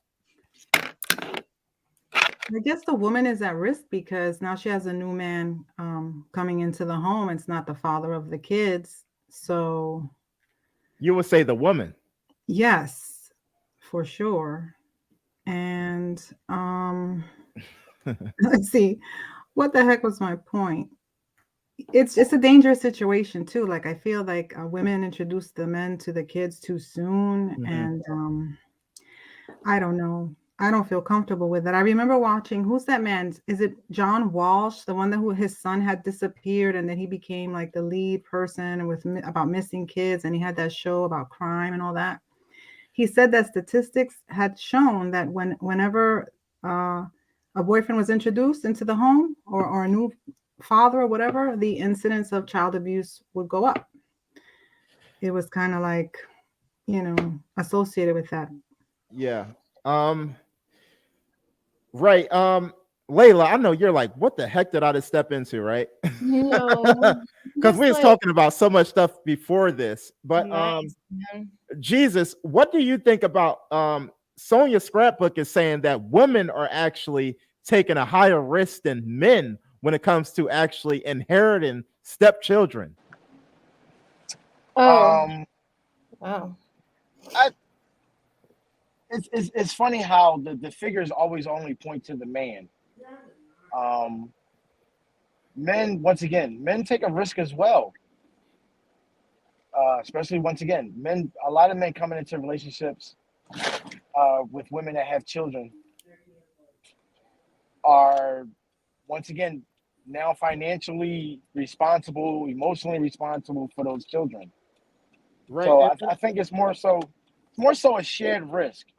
I mean, I could walk outside. I could walk outside and get struck by lightning, but Right, exactly. And let me find your tongue, Jesus. Here's the thing that women have to understand. Men, I believe we're taking more of a risk because the man is supposed to be the financial provider. So when the man is right, you're talking about the money. That's right. I was talking about something else. Right. When you step into a relationship with a woman, you're expected to basically take on all the financial problems that the biological father is supposed to take on. I understand. And some of them still take it on. A woman the point that Sonia Scrapbook was making, but of all those numbers, the statistic that she spoke to, how many of those statistics were proven false? Do we know that number? Do we know the number of men who were accused of child abuse when they were simply only reprimanding that child? I don't know the details. This is a long time ago when I saw it, and I have no doubt that people lie, and I'm totally aware that so you're people stating get accused of things they didn't do. Outdated facts and outdated numbers. So it's not so much that people were accused and we don't know if it really happened. I think it's that the people who it did happen to were part of those statistics. Mm-hmm. It was at the hands of a boyfriend, or a stepdad, and it's not because Once again, I think it has to do a lot with mother's judgment. Get into a car accident. The video. I'm saying once again, you can step into your car. You're breaking up a little bit, Jesus. I guess you're on the move right now. Well, if But abuse is typically done by someone you already know, and then you have a group of men who are targeting, let's say they're looking for a victim, what better victim would be than a woman who's vulnerable and a group of children? So, it seems like it's not too far off. Like that seems like a convenient way, just like teachers, like female teachers, they often victimize their male students because they have access. It's all about access. So. I mean, and I've seen the reverse. I've seen where the stepmom has killed and buried the kid, Yeah, everybody can commit crime. It's a horrible thing. Yeah. By the way, but I think it has to do with the judgment of the parent, who they introduce into their lives. This goes with not just relationships, it goes with your friends too, and even family members, Yeah, definitely. The uncle.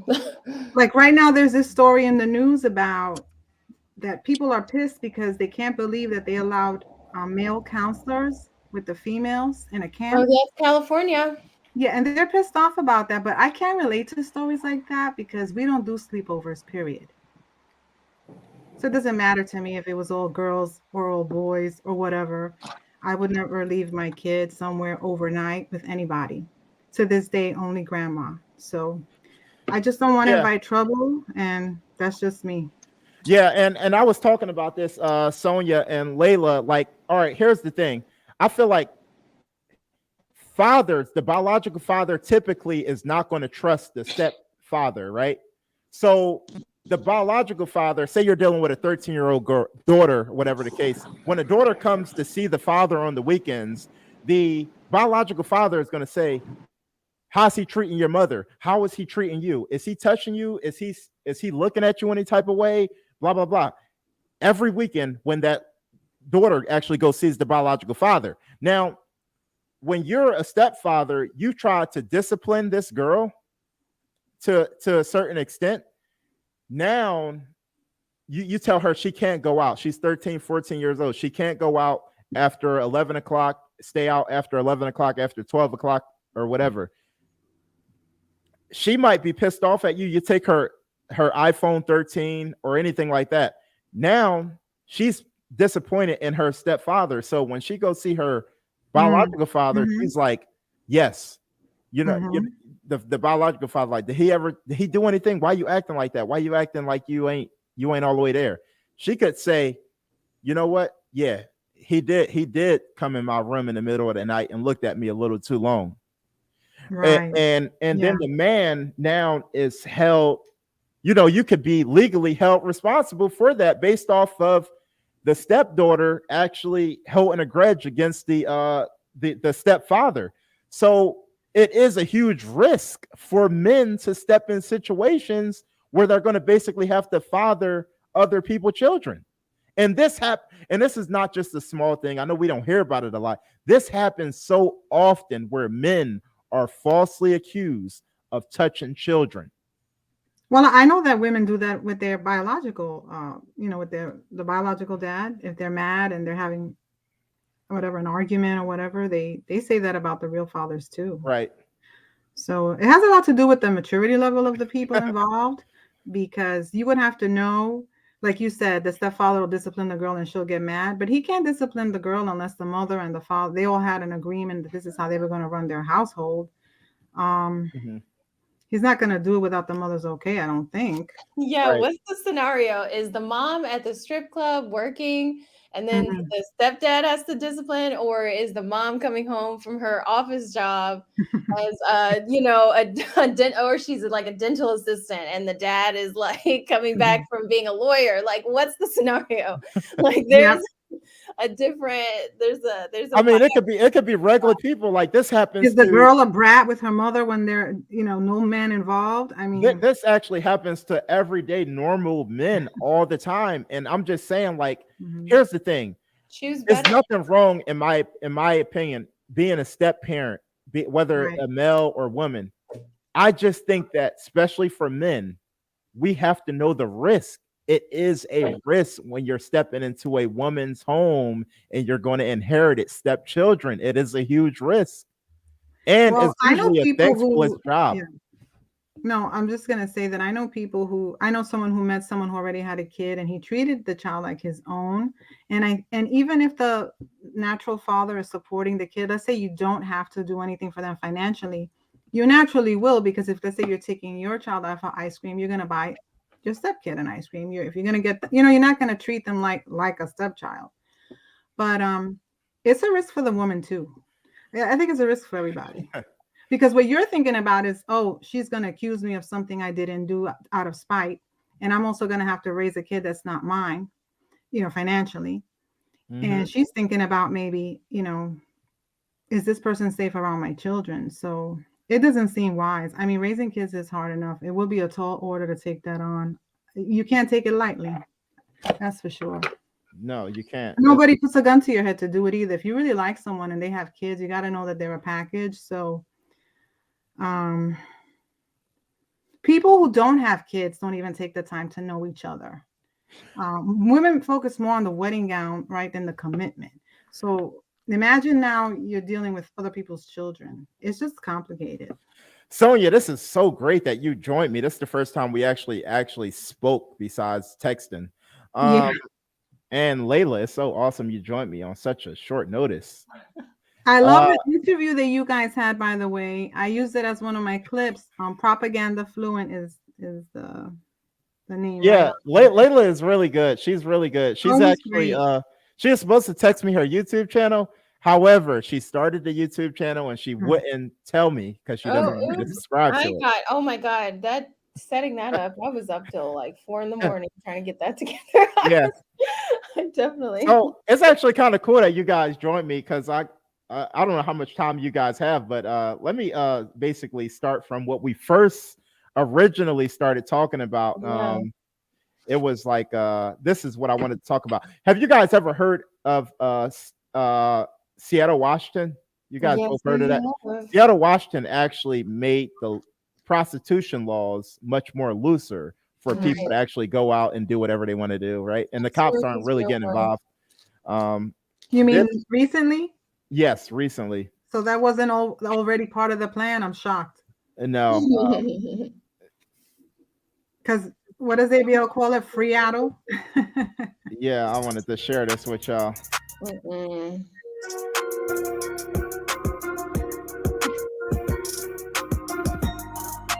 We're getting run through and we are proud of it. And this is just going on out there, like what? They're just dressed like okay. Oh, her pussy is out, yeah. And the cops aren't really doing anything they're not really arresting anybody or making any real arrests. This Next is to the Lowe's? open season. They're Walmart bitches. Yeah. Like whenever you conduct business or take photos or do Broad daylight. Yeah. Oh God, that's sad. Those girls hopefully they're on drugs. That's the best. Even in the Bronx, it was at night. Did you ever see the documentary called Hunts Point Hose? No. Fascinating. Well, they're not gonna be. They have to go home and watch TV at night. They're done with their job by the nighttime.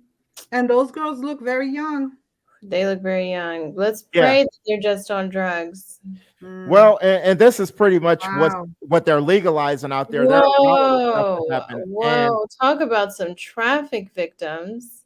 Really? Well, and the police, they're not doing anything. This is going on in Seattle. Like what? They're allowing prostitution to actually take place, and they're not doing anything to stop it.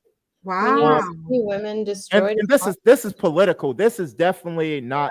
This is definitely what the politicians are allowing. If they try to stop it, it'll be considered racist or something. You know how to because that's all we can do is be hoes, you know. Uh-huh. Yeah. It's our I'm shocked by the location though, because it's a shopping area. so sad. Ugh, I've been Little Yeah, strip about that. mall kind of thing, right? Yeah. So what is your opinion on prostitution? Should prostitution be accepted in the United States, or should it be completely like illegal, or is it like women rights to choose or whatever? It's female empowerment. Female empowerment, right? What do you think, Layla? I'm gonna take the same stance as I do on abortion.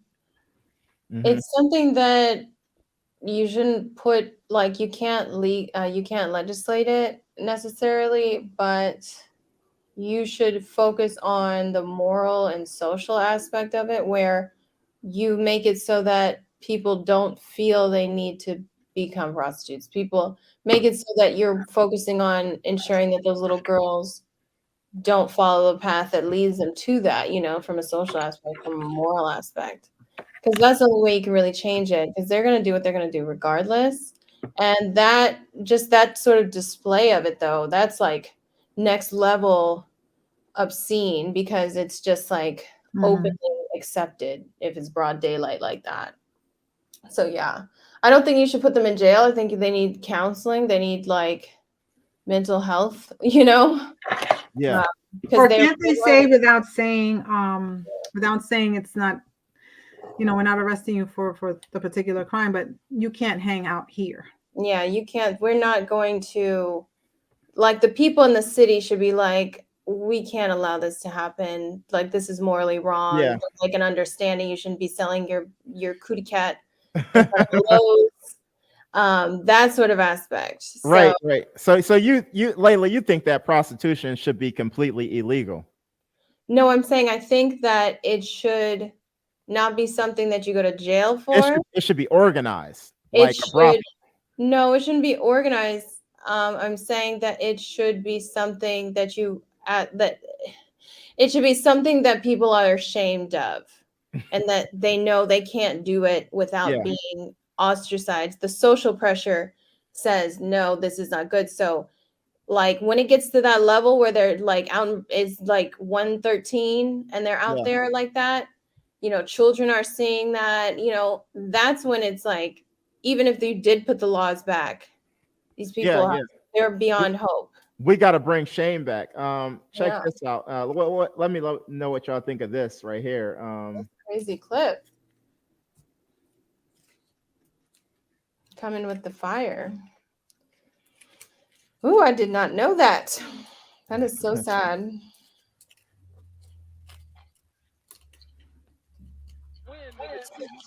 Freestyle with a time of 1:43.12 seconds.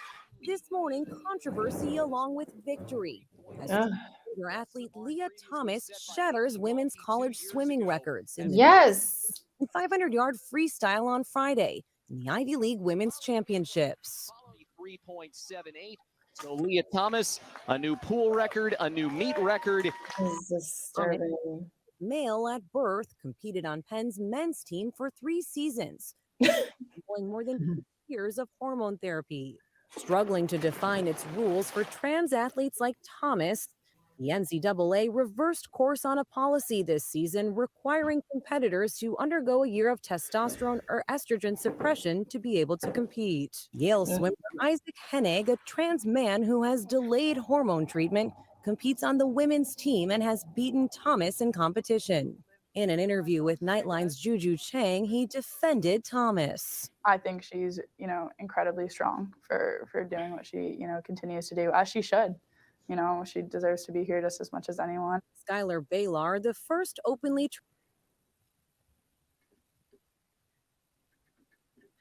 Okay, so what do you guys think about that? Sonia, what do you think about that?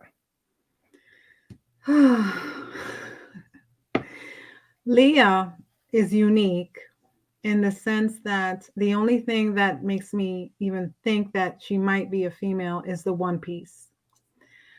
Other than that, it's a straight up dude all the way around. We already know that this person didn't have the bottom surgery, which I guess is not required, but he's in the female locker room, right, around the women, making them uncomfortable. So what really makes you a woman? Not even the surgery, just the notion.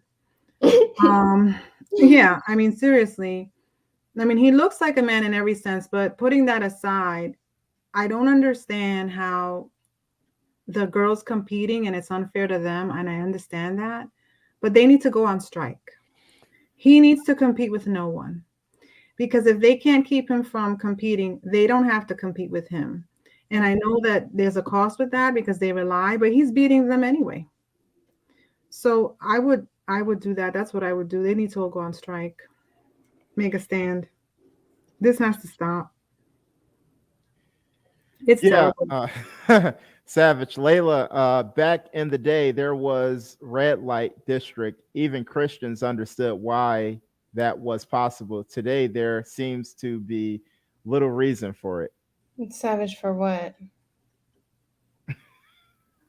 Whatever that means, right? Savage for women who are like statistically overwhelmingly like rape and incest victims, and like you have to be damaged severely to do that. Like, let's not pretend. Like, I know we don't want to acknowledge that, but there's drugs involved. There's abandonment involved. There's childhood rape involved. Like, this is not, you don't wake up one day and say, oh, let me go sell my coochie in front of a Lowe's. Like, what? And risk being like victimized again. Come on now. No, Yeah. they need help. They need help. They need stability. Yeah, it's something that's going on, and we really all got to be cautious of that. This is something that I feel like we all need to address, and we need to stick up as a society. And as much as we like to pretend that it's not politically related, this is all politically related. Let's be honest here. There's another thing that I wanted to share with y'all that's going on around the world. I mean, because I wanted to get you guys, and I know Layla, we talked about this briefly about OnlyFans, right? Yes. Let's hear what this young lady has to say. Yeah, insecure. Okay, I see what they're saying now. I wasn't looking at the comments. But yeah, it's pretty sad. I think that it's really sad, and it's really, really, really sad when you start to understand what's happening with these people. Like, it's not good at all. The support, because what, half of that. Guys. Another thing I want to talk about is getting paid. In the month of January, I just started in January. I made $2,500, y'all, and $1,400 of that was actually just from subscriptions, and then tips were $600. Messages were $400. Y'all, like, I'm lit. Just saying. Like I said, I just like to have fun, so it's really not that serious. At the same time, I just appreciate the support, because what, half of that money literally just came from tips and messages, and that means people have to pay to see the message. So clearly I'm doing something right. And I do want to say real quick before I continue that I'm going to put my referral link down below, so if you want to sign up, you can use my referral link. The money's decent. Like I said, I'm only charging $700, and I made $1,400 in the first month. The second month, I'm not sure. I don't like to go by what this says, because it's still not the end of the month, but still right now it's $1,100. It helps what I got to get done. I invest a lot of that money into my businesses or businesses I want to start or hobbies I want to start. The money goes to things that are going to benefit me in the end, because at the end of the day, some people might use this stuff as chump change, but I'm trying to get somewhere in life. I'm trying to be an entrepreneur. I already got 2 businesses, and I want to have plenty more. Like, I cannot see myself working for somebody ever again in life. And in reality, I'm working for OnlyFans, because let me tell you how much OnlyFans takes out. So in reality, I made $5,000, but the net was $4,000. So they do take a percentage. Don't think that they don't, because they do. It really just depends on how much you're charging or how much they're tipping, because they do take out a tips too. It really just depends on whatever. I don't know the specifics of all that. I wish I did. I would tell you, but Google is so fundamental, because I'm not the one to tell you. I've had a lot of DMs of people asking me, like, what should I? I can't even. Oh my God. Can I just say something? Can I just say something? Yeah, go ahead. How the hell are you going to let them take? Did she say that they took $4,000 from her? Is that I think she might have mentioned that, or she made $4,000. Okay, let's just say they took a really, because she only said she got like 2,000. Why don't you, if it's just some pictures of your butt, why don't you just like make like a private channel on a WordPress site? Like, I don't understand that, because you have to do your own marketing anyway. They're not like on OnlyFans. Like, I don't know how it works, but is it like a portal? Oh my God, that's so sad. No, she made 4K, so Okay, she made 4,000. Okay, because on my heart, I was like, oh, Oh my God. That's so funny. Yeah. So anyway, Sonia, what is your opinion? Have you ever heard of OnlyFans? This is a real thing that's going on. Yes, I've heard of it. I guess to be fair, it beats being on the street because there's no interaction with other people, right? Whatever they're doing is just them alone. And I know that there are housewives doing it and teachers doing it, and then they get busted or somebody recognizes them. Or police officers. Yeah. So, everybody's an adult, but I think that what this is going to do, which is the problem with social media in general and the TikTok generation and all of that, is that young girls, I don't know what the rules are to get on this, if they have to prove their age or whatever. I guess you have to be 18, but it's like the stripper pole. They're just going to think that this is a way to make money and it's paying for my college, so it's all good. Same category. Still bad, but yeah, a new technology to do the same old thing. It's probably going to replace the stripper poles, and it's less work. Yeah, I think that maybe that OnlyFans is something that is satanic, and I think that maybe women shouldn't really participate in it because I don't think a lot of women understand that, and men. Even dealing with social media, certain stuff you post, even if it was basically in 2011 or 2012, based off of what we see in politics today, they will backtrack 10 years ago, 15 years ago, certain stuff you said, certain stuff you did, whether you wore blackface, whether you post a nude picture, like some of this stuff, depending on where your life may lead you later, will be held against you later. Well, it's dangerous because didn't a girl meet some guy through that, or was it Instagram only? You don't even need OnlyFans to do that kind of thing. Well, I do know that a lot right? of OnlyFans women, just like the rap game, is a dangerous field where people actually, a lot of OnlyFans women actually been being murdered. Yeah. Due to people that's obsessed with them or stalking them or trying to find out where their whereabouts Or are. makes them an offer they can't refuse. Right. A lot of women actually basically lost their life due to OnlyFans. I mean, I don't condone it. I think it's all bad, but it also now overlaps into the whole capitalism argument. Yeah. Right? Yeah, exactly. I mean, it is capitalism at the end of the day, but it's still satanic. At the end of the day, the United States is based off of Christian values. Yeah. And I think that we should kind of push for Christian values in the United States.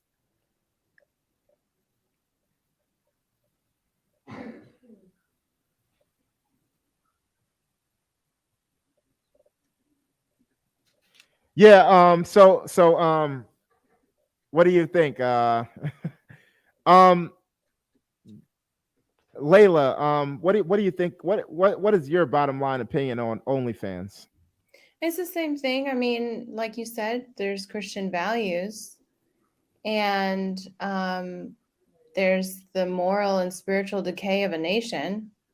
Money's not going to fix that, and a nation is built off of strong families.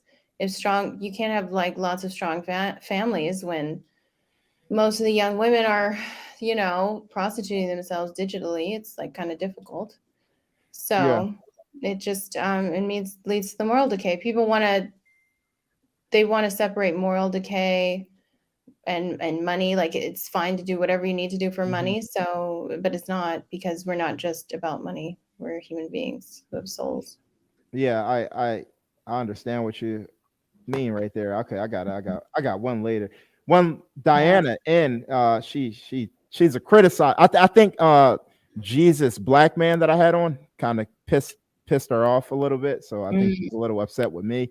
Another suggestion for you, Savage: read out comments right away, as opposed to reading them after you have moved on to another topic. Otherwise, what you read makes no sense at all. I'll keep that in mind. I understand if you unsubscribe. Why did you subscribe. Yeah. She was a little angry in a couple of comments, but it is what it is. That happens. You have some good topics though. These are really good clips. Yeah, I think so too. I think these are really good topics that we really need to cover that a lot of YouTubers aren't covering. And I was just going down a brief summary of everything we talked about because I already kind of discussed all of these stuff. I had Kay Whitworth come on my channel. Layla, she was actually real excited to meet you, but I was like, I guess she dished out on me. But oh, so terrible. I'm gonna make it up. Okay, so and then I guess we kind of discussed like does having children lower your sexual market value as a woman or as a man? We kind of already discussed that. So I guess I'll wrap it up here. I mean, I've been live for over 2 hours, but love it. Yeah, I just kind of did a brief summary of everything we talked about. I kind of wish you would have joined me a little sooner, Layla. Yeah, I'm sorry. Yeah, it's all good. Getting it together. Yeah, Sonia, we got to set something up. We got to definitely like schedule something between me and you to actually link up and have a real good dialogue between us. You'll bring the topics? Yeah, I always bring the topics. And the clips. But I guess before we get off of here, did any of you guys have any opinions on what's going on with Russia and Ukraine?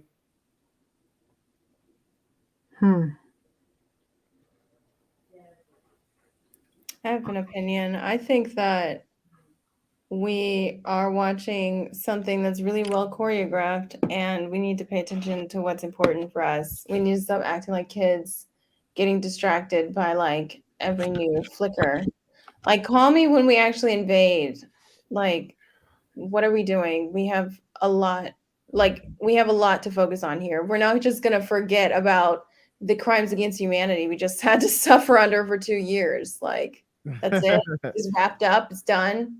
They take the last mask off of the kid in the gymnasium and they're like, go be free. Like, no, we still have some things to work on over here. Like, for sure. Yeah, true that. Definitely. So yeah, it's just something to definitely take in. We covered a lot of important subject matters here today. But yeah, definitely, I think that is real important that we all be careful, and we all need to learn the risk of what it takes to be a step parent. And Layla, you're a woman that have no children whatsoever, right? Yeah. You plan on having children?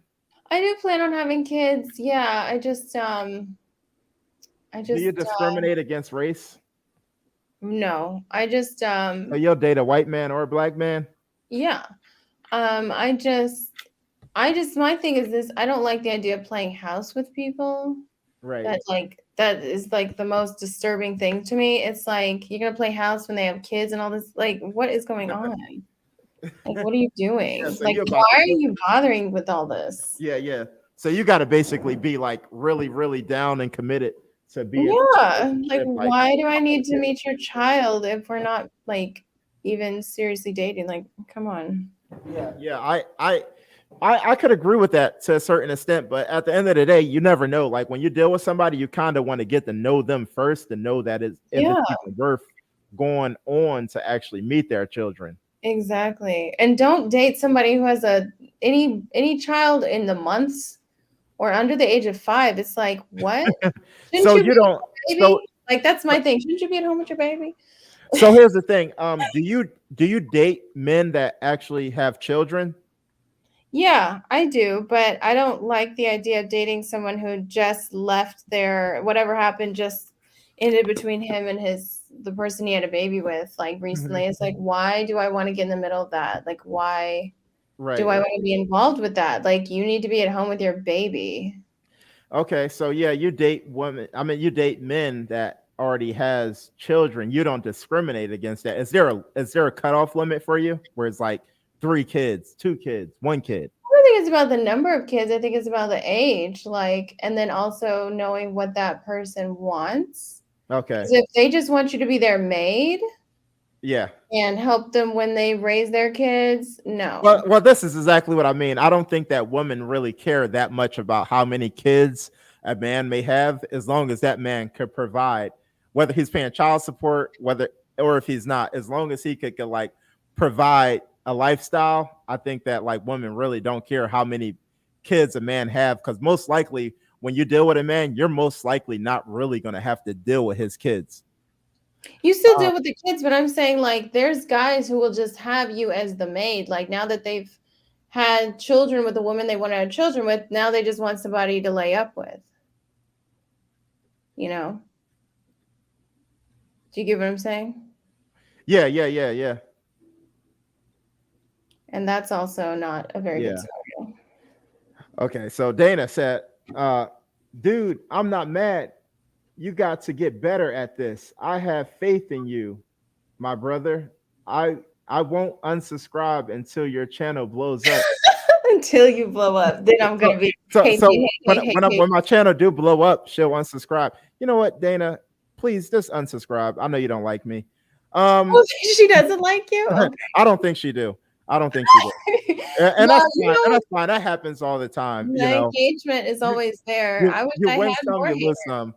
So, Sonia, does it really matter to you, like what we talked about? Like, men can.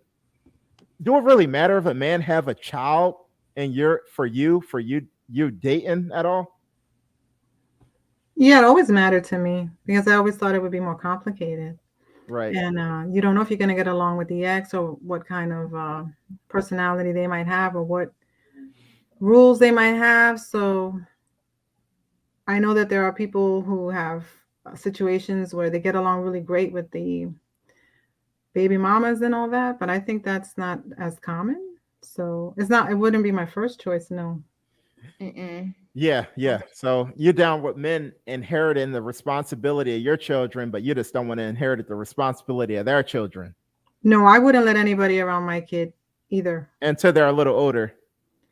Yeah, I guess so. Because the last thing I think about, it's like what Layla said. There are women who date when they're pregnant. I mean, I know. Oh my God. So forget about just having them in the months old. Oh God, no. Yeah. No. I know somebody who had kids and they were pretty young, and when she wasn't with the father for a long time, but she had a total single life like any single woman. I mean, she always had someone new. Before the kids got used to one, then they would break up because life happens and she'd get someone else. And I think women need to sit down and just focus on the kids and forget about that for a little bit. You can't have it both ways. Yeah, true that. Yeah, you can. This is just something that I feel like is a topic that is not discussed enough, that I don't hear enough discussion about it. Like being a step parent, everything you have to endure. And Layla, you're a woman with no children. However, you would be willing to sign on to deal with a man that has children already. That's interesting.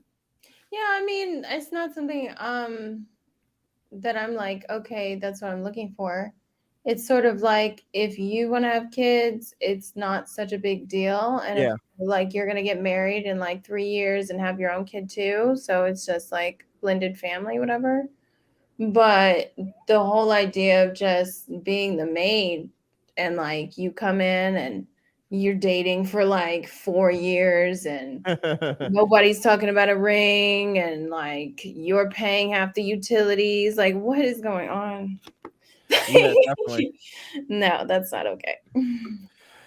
It is what it is, right? But anyway, it was cool that you guys joined me tonight. I've been over 2 hours now. Oh, you got the fatigue? You're gonna have to get ready when you blow up. People aren't gonna let you off until it's like 3.5 hours in. You know, some of them do live streams for like 4 or 5 hours. I've seen. Yeah. I seen the lead attorney. I don't know if you guys ever heard of him.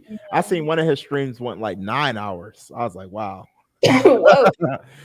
I was like, yeah, that was and he actually talked about the topic that we're on, about like being like a step parent and the risk of being a step parent, which is something we could actually, if y'all want to talk about it a little longer, we can, because it is a lot of risk to sign on to be a step parent. I'm not going to hold you. It really is a lot to go along with that. I mean, especially, I know you two are women, but as a man, you're taking on the financial responsibility to actually raise these children as your own. You're getting all you're basically you have to intake all the responsibility as the biological father, but at the same time, you don't have none of the authority to discipline these kids as the biological father. Yeah, it's tricky. Right? It's I think it's just, again, it's like, what kind of household is this? Are you just hanging out for the last 4 years or 6 months or whatever? Or are you guys a family? So that's what it is. It's like, what kind of investment? Like, do you guys live together? But also in the scenario that he's describing, the biological father is a deadbeat dad. Because if the father is raising his kids, even though they're apart, he picks them up, buys them what they need, pays child support, whatever, I don't know how the stepdad would have all the responsibility. He'll have more quality time. That's a fact, because he lives in the house with the stepkids. But he may not have to pay everything if their real father's still paying for their needs. So, Sonia, you're a woman that actually I don't know if you have a child or children. So would you be willing to basically take on a guy to come in your life is like some kind of step parent for your children at this point? No. Yeah. So you don't date at all? No. Mm-mm. Yeah, No. that's so. I told you I don't do sleepovers. I don't Right. trust people around children, and I think that I'm not saying, I know people have been able to do it and it's okay, but I don't think it's worth the risk. Yeah. And I don't think anybody's really gonna love your kid like their own. So, and it's just not a priority. Right. And that's something to definitely consider. Like, you don't really trust men being around your children unless they're like family members or something of that extent. And that's the thing that a lot of men, in my opinion, have to worry about when you're dealing with a woman that have older children. And you're stepping in when her daughter could be 13, her daughter could be 12 years old, 14 years old, going through puberty, might start finding men attractive.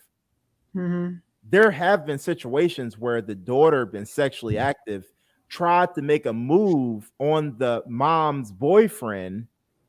The boyfriend rejects the daughter. The daughter goes to the mother and say, your boyfriend tried to touch me.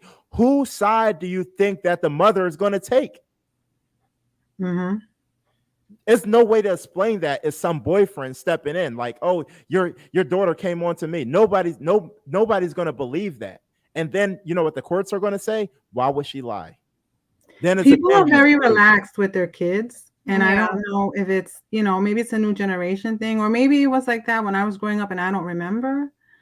But, and I'm older than you guys. So I have a friend who has a daughter. And this has nothing to do with boyfriends or husbands now. She's a married woman and she has a daughter. I think the daughter was about 8.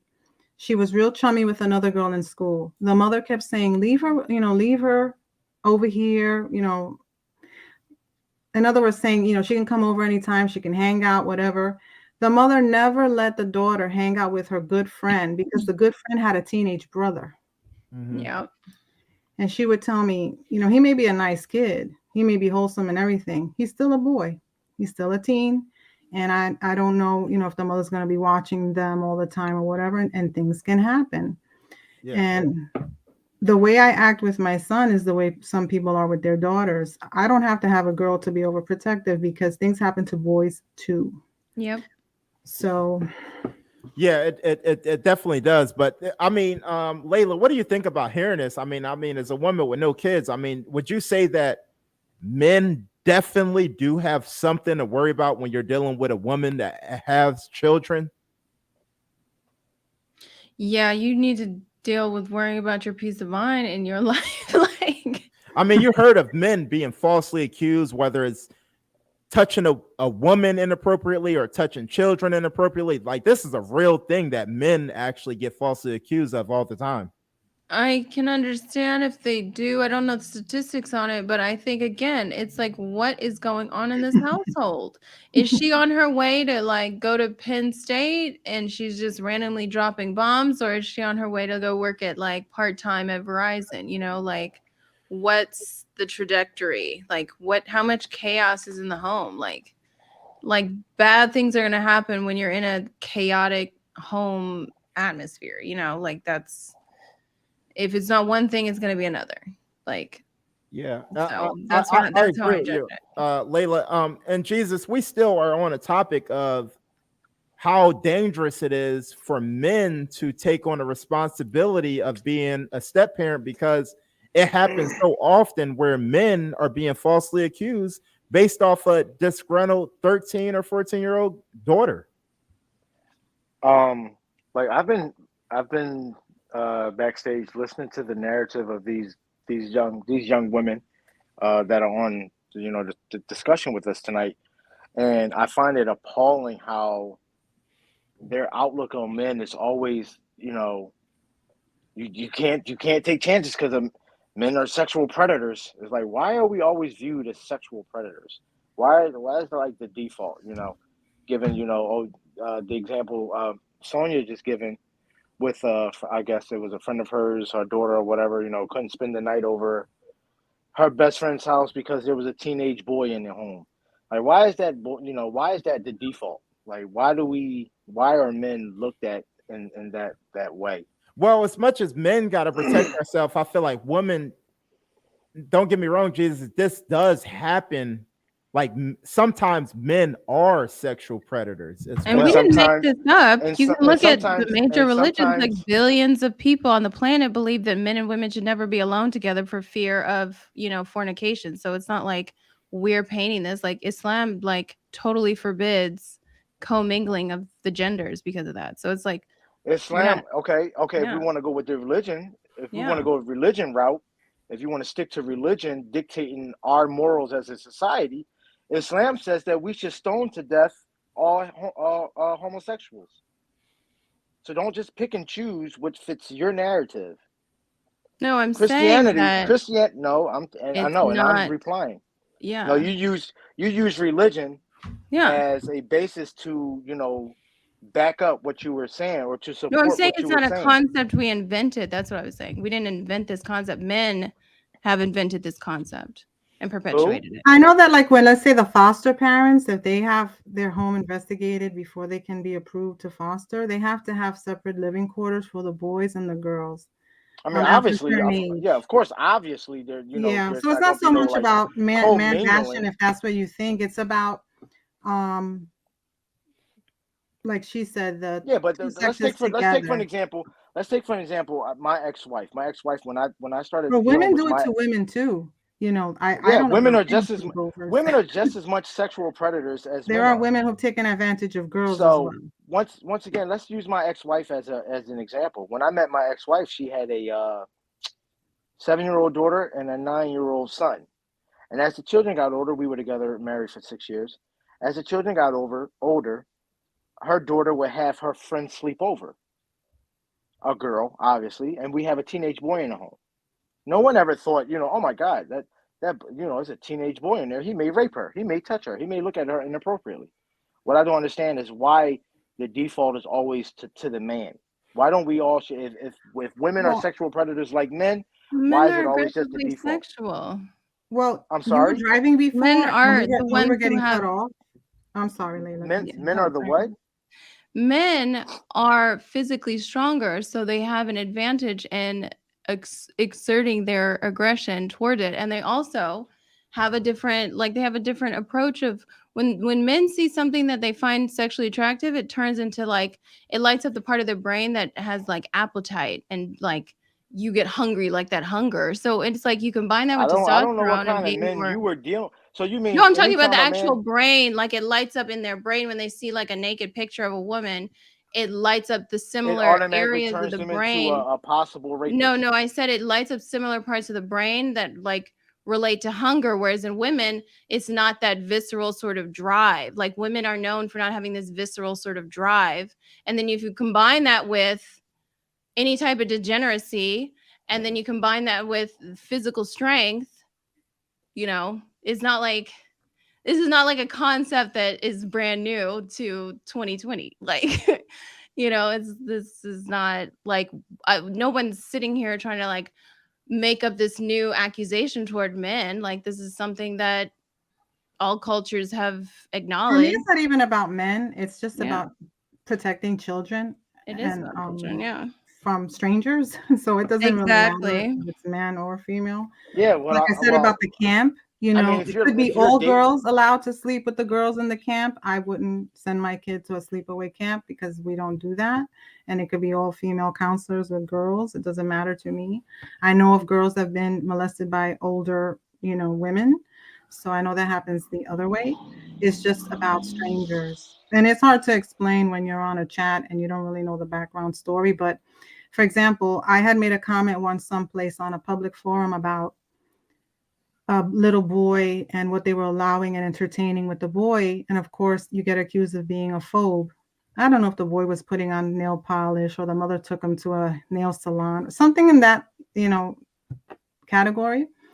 But the person doesn't know me. So they don't know that I wouldn't do that with a little girl either, because I think girls put on makeup too soon. And I think they dress too, you know, provocative too soon. So it's like, it's just an old school thing, you know, protecting your kids and preserving their innocence, which a lot of parents today don't do. And they go the other way. I'm pretty sure that no one thinks exactly like me and they don't think their kids are capable. But see, I have a son, right? I don't think he's a predator or he's going to be a predator, but I'm not going to leave him alone with somebody else's daughter in my house, even in my house, to be safe. Yeah, you're smart about that. So you don't never. I mean, if your kids are having a sleepover, why would you leave them alone anyway? No, I mean like unsupervised, unattended, you know? Exactly. That's what I mean. So if your daughter wanted her friend to come over, would you leave two young ladies unsupervised with a boy? With Oh your son no, and all? but I guess when you're asleep at night, you don't know what could happen when you're asleep, right? I mean, once again, you can step out and get into your car and not know that you're going to get into a car accident. Is that going to stop you from driving? Well, here's the thing, Jesus. Bottom line for men. Yeah, no, I mean, hey, people can do whatever they want. I'm just saying I don't allow those things because if anything were to happen, let's just say 99.9 won't happen. If it does happen, I can't take it back. Yeah, that's true. Bottom line for men, we do get falsely accused, and it's not a rare thing. I would suggest for men to never put yourself in a position to be falsely accused, because whenever you're dealing with a woman that has children, if one of these kids say that you did something to them, the mother is going to believe the children. Nobody's going to care about what you're saying. That can happen, I know, even if you go on a date. Yeah, nobody's going to believe the man. Nobody's going to believe the step parent that nothing happened. When the police show up, nobody's going to care about what you're saying. They're going to lock you up and you're going to have to prove your case in court. Then the same is true if you go on a date, you know, with a woman your age. Unfortunately, taking the kids out of it, then no one's going to believe you either. And I don't agree with the Me Too movement. I think that was it's sad. It's sad that we live in a society where you don't even need any proof. There should be repercussions for the women that lie. Right. Yeah, that's the number one thing. They need to start doing something to these women. But the thing is, when you accuse women of lying, when you basically get them in trouble for lying, what happens is, in a lot of cases, they say that women don't want to come forward because they see what happened to the last girl that lied and she got arrested. So women that really been sexually abused are scared to come forward. That's the narrative that's pushed. Oh, yeah. Once again, women have ruined things in this society. Yeah, feminism is definitely a thing that basically messed up society. It definitely if women are capable of ruining things, doesn't that just make you an ineffectual leader? Because you're responsible for it. Then no, you're not a leader. How am I as a man responsible for the feminist movement? and what it has First destroyed. of all, the and feminist what it movement has, was funded by men, so the feminist movement was not it was funded by funded men. by guys. Where did they get the money for it? Well, they were So you supported believe- by white guys, that's for sure. Yeah, they were supported by The courts suffragettes that couldn't were get where they men. got without male help. Yeah. Like, I think the thing too is that I don't think, Layla, I don't know you either. I don't think you're a feminist, right? no, I'm not a feminist at all. Neither am I. But I do think that mhm. we forget how bad it was. These men were not great, noble leaders, and all of a sudden these women just came up things with randomly out of the blue. Like you What I was think so people bad? hijacked that movement, like they hijacked. Yeah, they BLM. hijacked the movement. You couldn't was- what back was in the so day. You bad? couldn't own property. They would send What's you so bad to about insane that? asylums. It was not okay. Like What was so if bad? you talk back too much, they would cut your genitals off to help As- calm you down. Like it as was a not woman? okay. Okay, it was not. There was some crazy stuff happening back then. History was not kind. I'm serious. I'm serious. There was a lot of stuff happening. So it's like we're just hitting the other extreme. Like Yeah, no you doubt never about it. go to the extreme of anything. That's not gonna work. No doubt about it. Yeah, Layla's right on point. We everybody just got to be careful, men Yeah. and women. However, but the main topic that me and Jesus was talking about before you guys stepped on is like me and Jesus basically believe that men take on the higher risk when it comes to actually inheriting stepchildren. Like it's way more of a risk for men than it is for women. I saw on because another channel a man who was paying child support for a kid that was not his. I don't know why he didn't get the DNA or why the courts didn't do it. I don't understand what delayed this. And I You could understand- get the DNA and they still would make you pay child support. Well, I think like 9 years went by, if I recall. What? Several years. And then when it was confirmed that he was not the father, I mean, the judge practically like admonished him for even trying to get out of it as if he was doing something wrong for wanting to know. Yeah. But I didn't know that could even be legal. Well, that can happen, Sonia, because here's the thing. When you date a woman and I mean, that has to be established from day one.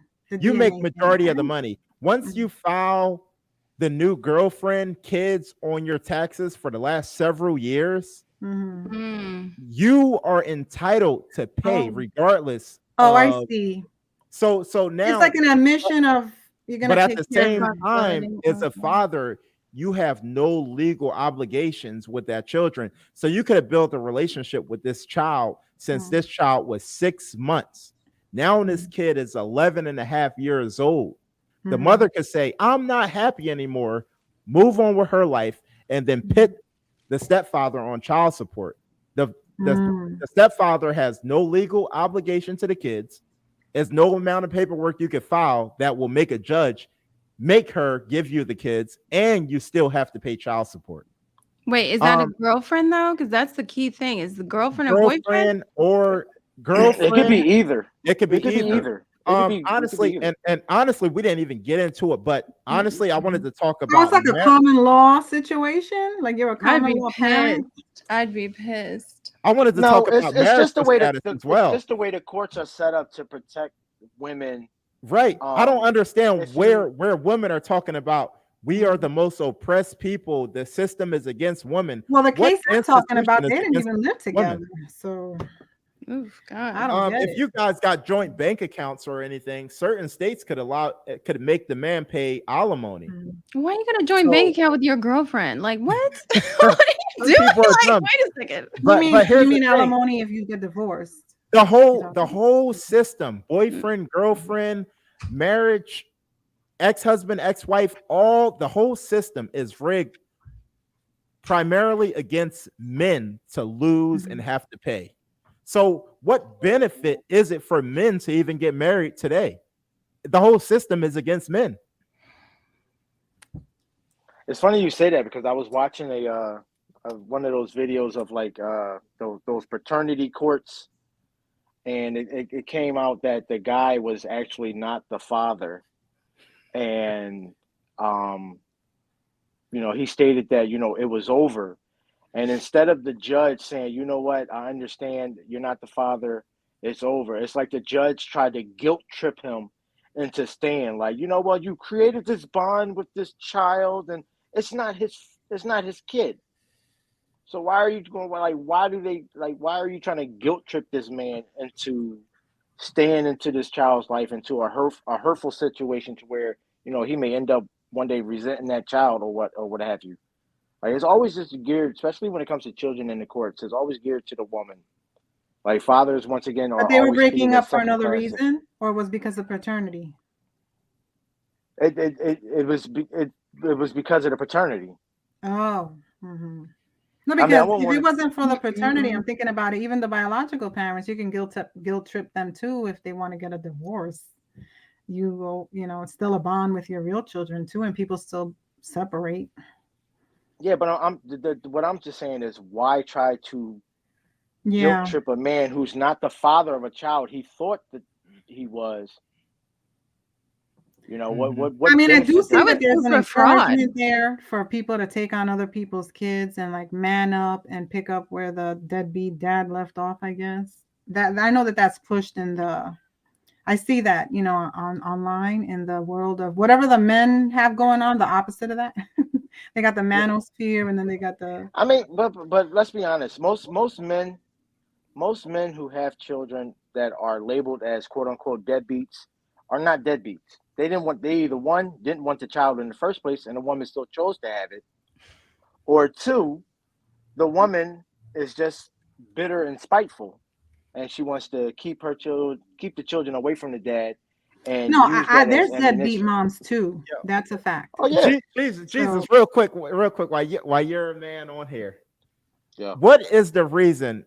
All right, men, we care if women have children. Tell me the reason why women really don't care that much if men have children. Because they have low self-esteem. I don't Because know. no, that's not why. That's not why. That's not why. One of the reasons I think a lot of women don't care if a man has children, because it makes that man that more valuable to that woman. She sees how he treats his children. We're talking No. about Hold on. Jesus, women don't care even if the man don't take care of his children. Oh, They yeah, don't yeah, even because care. that's because if we're gonna go on that topic, that's because the vast majority of women are basically selfish. They look for men to take care of them. They Well, want what they men think, to they think that they're better than the last woman. They like he ain't I taking mean, care of her kids, but if he had kids with me, he'll be different. Yeah, Yeah, baby, you can baby ask- mama number 9 is the one. You can ask women 1,000. You can ask 1,000,000 women to rate themselves on a scale of 1 to 10, and they will all say that they are a 10. So we all know that someone is lying in that one. So women tend to, I don't know. There are some Well, women who suffer. there's more women than men, right? There's more sorry? women. There's more women than men, right, in Yes, the that's true. population. So the Yes. pickings, right? They're slim, and usually the men are not going to be living with the children, so they're still single and free, and you can go about your business with them without having to deal with maybe never even seeing his kids for a certain amount of time. You can yeah, have a little maybe. fantasy in your head that he doesn't have another family, before yours or whatever. It's easier, I think, for the woman to be with the guy with kids or no kids. The Right. woman is usually the default parent. She's gonna be home with the kids. So Sonia, you don't give a damn if a man got kids or not, right? No, I told you that that wasn't. No, Okay. you remember what I said before? I said I Yeah, don't think. I know you're not dating at all, right? Mm-mm. Only till you get married. Layla, I'm sure you're the same way. What? You're not you say you would date a man that has children. Yeah, I would, but it has to be like not like it has to be a As long certain as age. this kid is over 12 months old, is what you're saying. No, not over 12 months old. They need to be like walking and going to school and like a whole person. I don't need like a 4-year-old running around. Like that's not. do you want to take on the responsibility of being an actual Would you? stepmother? I'm curious, Layla. If you were, if the shoe was on the other foot, would you want a man to date you? I don't think that's so hard because I can't conceptualize being a single mom. So I would not. It's not hard to say things in hypothetical. If the shoe was on the I'm other trying foot, to think about whether I would like what scenario I would want that in. Like dating guys is hard enough. So if you're not dating specifically for marriage, like that's like what we're doing, like we're all dating for marriage or something. I don't know what. Well, you already have a child. Hypothetically speaking, you'll Yeah. have a child. You'll have the child out of wedlock. It's just you. Your baby, your child's father's not around. Mm-hmm. Would you want would you want a man to think of you in the same way that you? Let's say your child is not up and walking, is not a whole little grown person. He's 2 or 3. Should a man date you?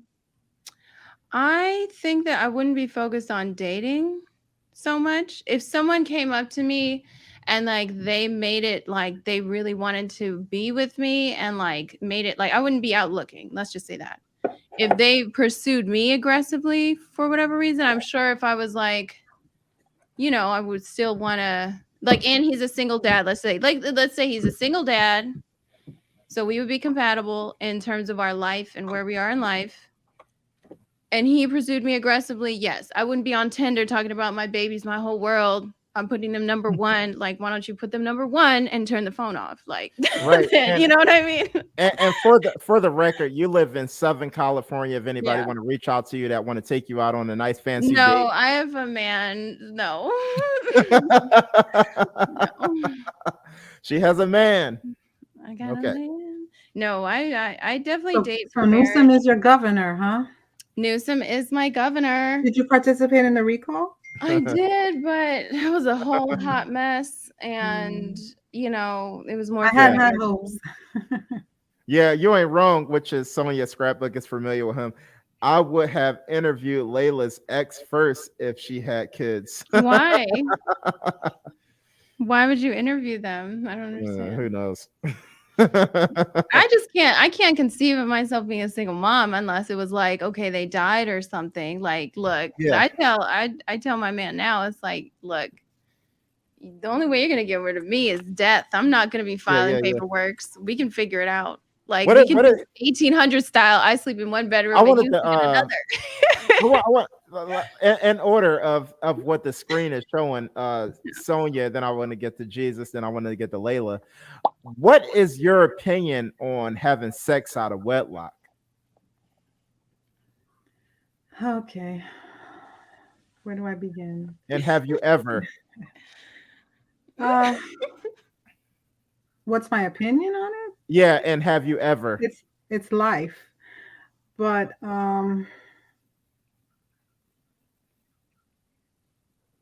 commitment is what people really need to focus on.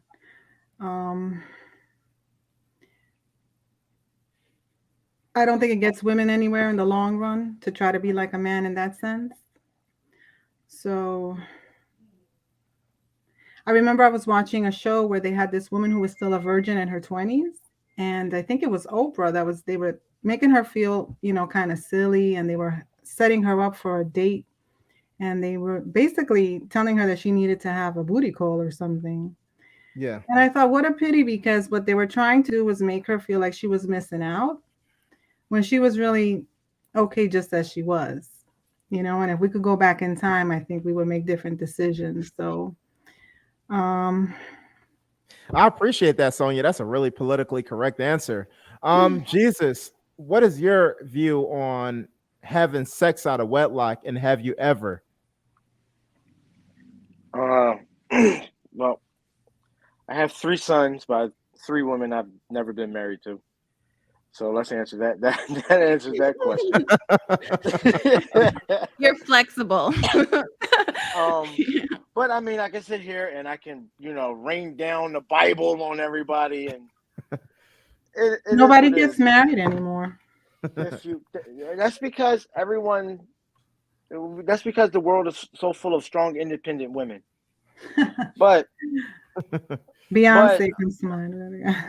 yeah, but I mean, once again, we can stand on, like, I'm not really a religious guy, so I'm not going to stand on or You grew up use. Baptist, Yeah, I grew up Baptist. I did, but you're not anymore. no. Okay. So I'm not going to stand on, religion. It is, if we look at things from just from a societal standpoint, sex before marriage almost always has long-lasting repercussions, whether it be unwanted pregnancies, whether it be STDs or STI. You ain't wrong. His pullout game is weak. You ain't wrong. Talking about Please allow me to offer a retort to that. All three of my sons were planned. So planned there out you of go. wedlock. That's a horrible plan. Yes, all three of my sons were planned. Where's Dina? Hold on, but you agree with me when I say planning out of wedlock is actually a horrible plan. Yeah, but I'm just answering his question. I'm 39. I'll be 40 in September, and I have 3 sons, 17, 5, and 4, and they were all planned. So trust me, bro. 39 years I've been at it. I'm like Shaq in the paint when it comes to pulling out. Savage, I have a question for you real quick when he's done. Yeah. But anyway, like I said, we can go with the the religious factor of how it is a sin, and sex before marriage is a bad thing, and we can also just look at it as just common people, and once again, almost always premarital sex leads to longer lasting, sometimes a lot of times negative consequences. So I mean, Diana, why don't you join? I'll put the link in the description box. If I'm misunderstanding you, why don't you come on and actually share what you believe in live? I'll share it again. If I'm misunderstanding you so much, why don't you come on? Sonia, go ahead.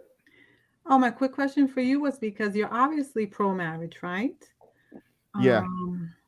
And you say you're Christian and all that. So how do you deal with that belief against what you said earlier about how the system is set up for men to fail, or how the courts are set up, or even the marriage contract? How do you deal with that then? I don't even think there's no doubt about it. I mean, I don't think anybody can deny it that the system is completely rigged against men and pro women.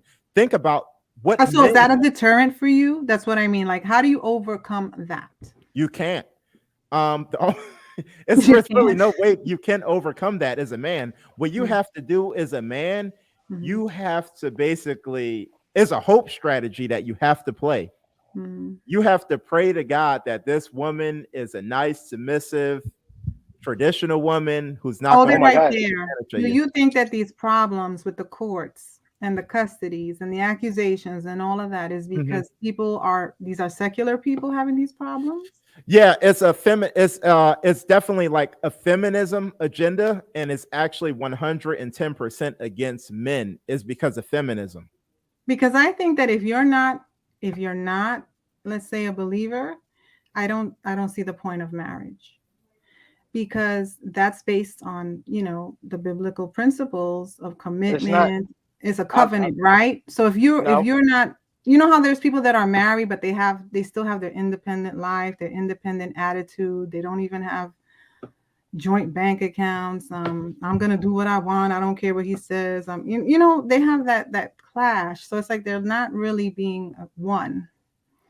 So if you were to get someone who thinks like you and believes what you believe, then you're probably less likely to have those problems. And she's probably not going to sleep with you before marriage either, because she's going to be on board with that. And, it will make things easier. You're talking about people in the world. Well, I think propaganda fluent, right? Money rules the courts. Absolutely. Yeah, I was just going to say, they go after the men because the men majority have the money. Halle Berry's still paying child support, so I think once more women make money, it's gonna be looking a little bit differently. Why is this Dana lady? She's saying she's gonna stay on my channel until I get enough followers, then she's gonna unsubscribe. Yeah. Oh I yeah, really but don't even she understand comment, her. but she had commented after that when you told her that she doesn't like you, or when you said that she doesn't like you or anything, and she commented saying she does like you, she does like your channel, and she's not going to unsubscribe. She's just playing. Yeah, I don't know. But I just wanted to touch on something that Sonia said, where she said that marriage is an institution of religion, when in fact it really isn't. People were getting married or having unions with one another long before the start of religion. Marriage wasn't started or begetted by religion. Marriage is financial contract. Like it's for money. It's now it's for money, and I mean now it's for money, but when you it's talk always about been about marriage, money and resources. it's never been about. It's been about resources. Yeah. One, it's been about resources, and also been about procreation. Once again, a man and a woman, men and women are supposed to mate for like we're one. Well, I won't say we're a monogamous species, but once again, marriage was not begotten by religion. It's been going on since the dawn of time, before pre-recorded history. Men have gotten with women, one, for resources. You're telling me you can't say that it's financial, it's for money, because cavemen didn't have money. So it was for resources, it was for protection, it was for security. And it was also for the reproduction and the advancement of that particular race of people. But I just wanted to, because when Sonia had said that, it kind of like tweaked me a little, because once again, marriage is not an institution of religion, or it wasn't instituted by religion. It may have been, supported or reinforced by religion, because now, you have an invisible man in the sky who will rain down his wrath if you dishonor those vows, quote unquote, that you took. No, but I'm saying if you're a believer, let's say like Savage, and you're dating a woman who's not, she's not going to think of you as the head of the household. Why wouldn't? What does being of you as a provider? Let's take for instance, I'm a Baptist and I date a woman who's not a Baptist. What about our two differences in religion have to do with her not seeing me as head of that household? No, not differences in religion. Not just differences in religion. If you're a Baptist, and what was she? Well, you said if a believer dates a non-believer, if a believer dates a non-believer, she won't see you as the head of that household. What does her being a non-believer and me being a believer have to do with her viewing me as the head of my household? Because women today don't see men as the head of the household. When men talk in the manosphere, let's say about submission, women get pissed off. Why do you think that is? Because of feminism. Because women are so proud of being strong and independent. Once again, what women fail to understand is men don't want a partner. We don't want a partner. When we look for a wife, we don't want a partner. You cannot be strong and independent, yet still. Okay, but you're saying, I'm not debating you. I'm trying to understand what you're saying. You're saying that the concept of the man being the head of the household and the provider, or the wife being submissive and wanting him to lead, is a concept that people are drawn to outside of the church. Yes, a man being the leader of his household has nothing to do with the church. It wasn't started by the church. No, I'm saying, but the people who understand it are usually believers. They don't take offense about a woman being submissive to her husband. They understand about the covenant. Someone else won't. They'll think that it's 50-50 or. Well, being submissive has nothing to do with the covenant. A woman being submissive has nothing to do with a covenant. It has nothing to do with a shahada. It has nothing to do with anything that has anything to do with religion. What does your natural state of being have to do with religion? Women should naturally submit to men. That's the nature of it. But women are operating nowadays in man mode. Which is why a lot of women that are operating in man mode are single. Men don't want to date men. You cannot date You cannot date a I man. know. Where do they get and those act like a ideas man. from? They get them Feminists, from the world. the feminist movement. No, From the they got it world. from the feminist movement. Put it The this way: feminist no movement. matter where it came from, it's in agreement with what's in the No, Bible. we're telling you where it came from. It came from the feminist movement. The feminist movement told women that they don't need men. We can do it. We're strong. We're independent. We don't need a man. I don't need a man Yes, to do and that anything. goes against biblical principles, I guess is what I was trying to say. So it's But easier. it doesn't have it doesn't just go against what I'm trying to reiterate to you. It doesn't go against biblical principles. It just goes against the principles of nature. That's what I'm trying to reiterate to you. The religion has nothing to do with a woman viewing the man as the head of the home. It has everything to do with how her mind frame is. It has nothing to do with biblical anything. Feminists have destroyed the modern woman's mind is destroyed by feminism. Because once again, women are strong and they're independent. They don't need a man to do anything. I don't need a man to do anything for me. Yet and still you want men to be traditional. You want traditional men. Yes, yet you I want to be. I don't disagree that it goes against our nature. Yeah, so that's the only thing I was trying to say is that Yeah. marriage or that is not just based in religion. It's just the nature of I guess our two to sexes. go back to what I was trying to say is that it would be easier if you are a believer, right? To be evenly yoked. No, it wouldn't.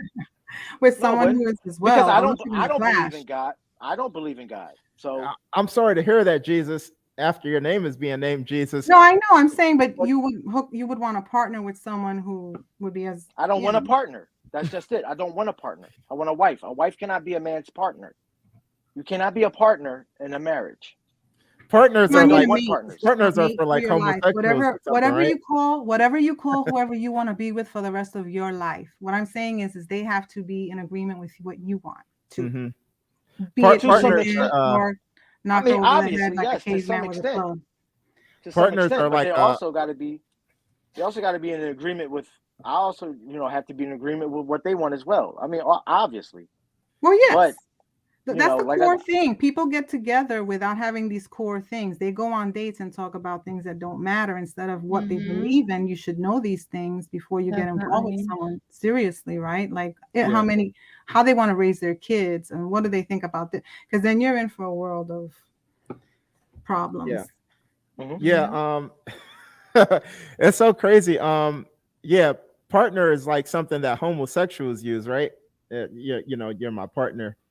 Yeah, no, I just mean the person that you want to be with, But once again, I don't see in any. It doesn't matter. It could be heterosexual. It could be homosexual. Yeah. Once again, in any relationship, someone is going to have to be submissive. We can't all be partners. Someone's going to be the wife. A lot of times it has to be. And come back. That 3 men adopted a baby, right? You know that? Yeah, we heard 3 men that. did what? I seen that they adopted a 3 baby. men. But 3 I men know here's the somebody who thing. did that. And that's another They're thing. all on the birth certificate. I know somebody who did that. 3 gay men adopted a baby. Yep, they can That do should have that. never happened. But here's the thing. lawyer and their paternity, all 3. Yeah, that should have never happened. Sometimes men can basically not be the head of their household based off of stepchildren. Sometimes the stepkids are actually the head of the house instead of the stepfather being the head of the house. I got Robin. I'm just laughing because he calls you Diana or Dana. I think maybe his screen is small, which is why he reads slowly. I don't know if Robin is on my side or not. I don't know if Dana or Diana or Dana. You keep mispronouncing that lady's name. Yeah, because I don't even know what she disagrees with me on everything. I don't even know why she's here. But anyway, that lady's name. God created that. Yeah. I thought about this too about same-sex relationships, right? Is someone the helper, the homemaker, and someone's the provider, or both of them are not? It could be so many different scenarios, I would imagine. What I've seen in we'll just say gay men couples, because they're both men, almost always both of them are going to work. But one of them is always going to be more feminine than the other. One is always going to be a lot more submissive. Doesn't matter if he's the pitcher or the catcher. But that's really what I've seen in And I know that most. gay men couples, they're on the top income bracket. Mm-hmm. Yeah.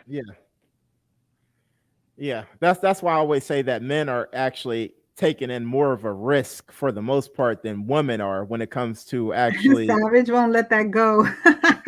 He's like, I'm not risking it. Men will take more. Yeah, when it comes to inheriting like They got your stepchildren, I think own men are definitely taking more of a risk than women are when they are inherited in children.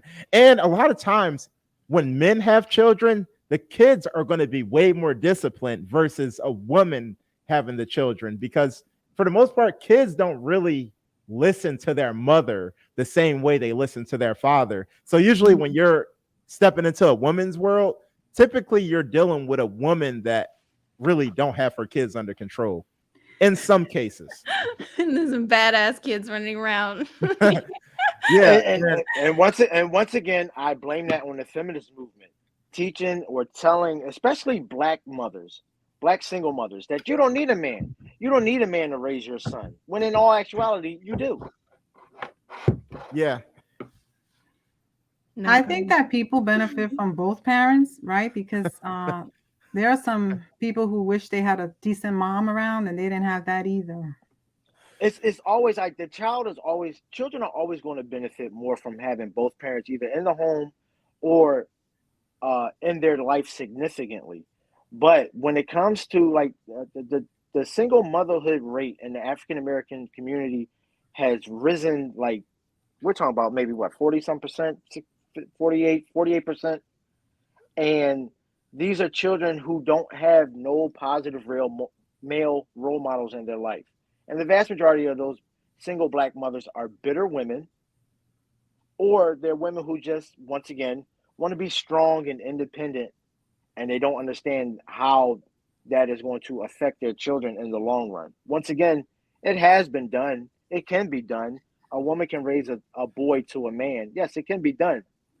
But the child benefits more. It's a lot easier if that child has a man around, like a positive man, not just, any old Look, even dude. when So- you're adopted and you have a mother and a father who adopted you and have been in your life from day one and treated you like gold, so many of those adopted children they don't sleep at night until they find their biological parents.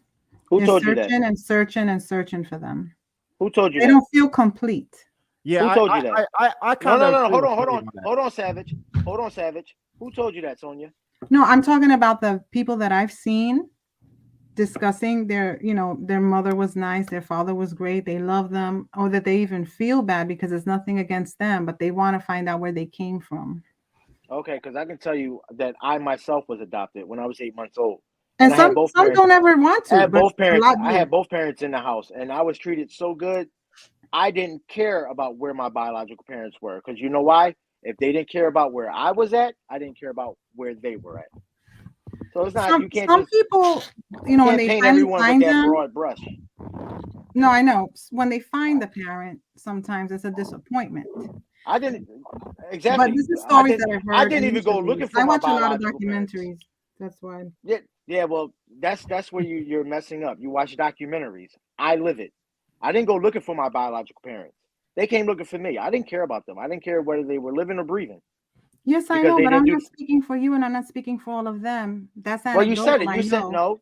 I'm just No, you saying said you many of watched them some have, documentaries. and I've seen many stories, but there's always exceptions to every rule. It's like when we Yeah, say but anything you- about men, we're not male painted- bashers either. I know, We're but you just painted pointing everyone things with out. that, bro. You painted everyone who was adopted with that broad brush.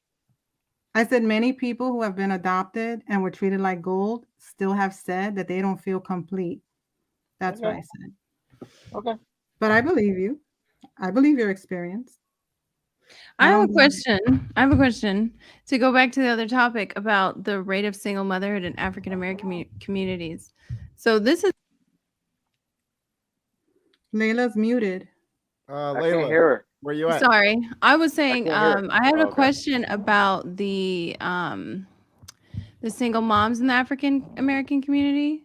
Like Mhm. this has been going on for a long time, right? Or we've What, had this- at least one generation. We've Mhm. had right? many generations. Single motherhood in So the Black community started with Vietnam okay, War. so why is it then, if it's been multiple generations and these women are either bitter or angry, why isn't the Black men aren't choosing better? Why aren't Black women choosing better? No, why? I know I said why is it the Black men aren't choosing better?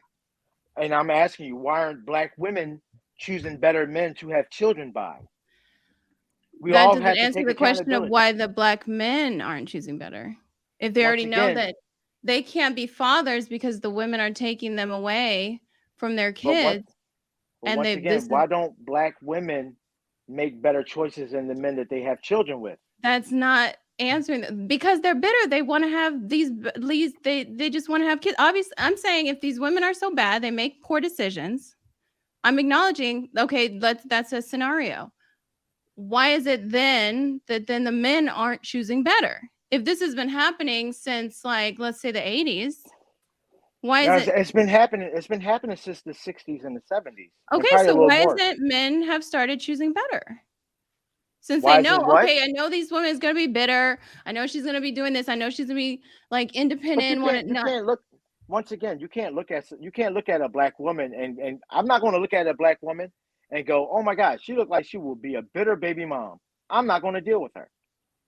No, but Once again, that's the point of dating. And then before you choose to have sex or have kids with them, you would at some point have to choose better and like choose the okay, correct person.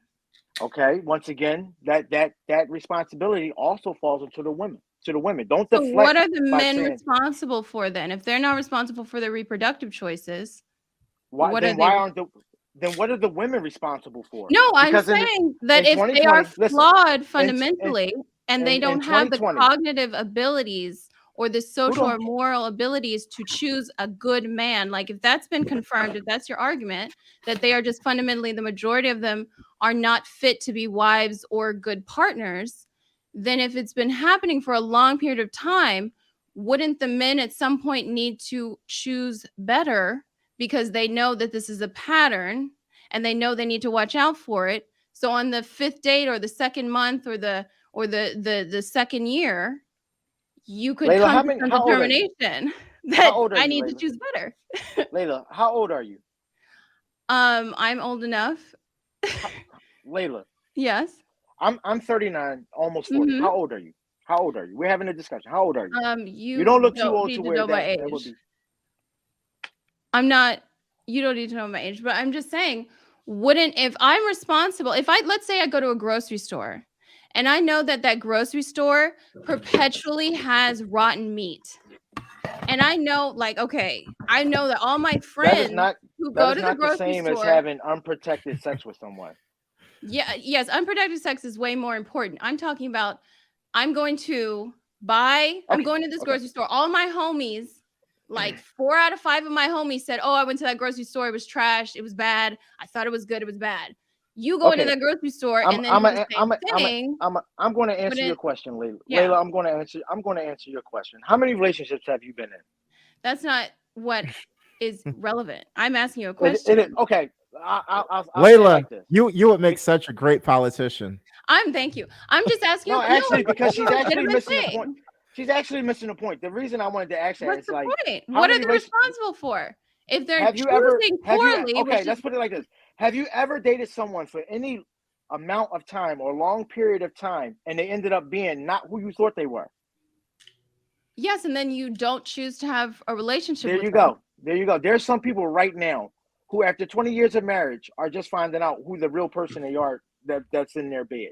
But for the vast majority, then if it's 20 years of marriage, then he raised his children because he was married and they were there. I'm talking about the single no. It's mothers not. who didn't have any support, and these Once are all these again, boys who don't have dad.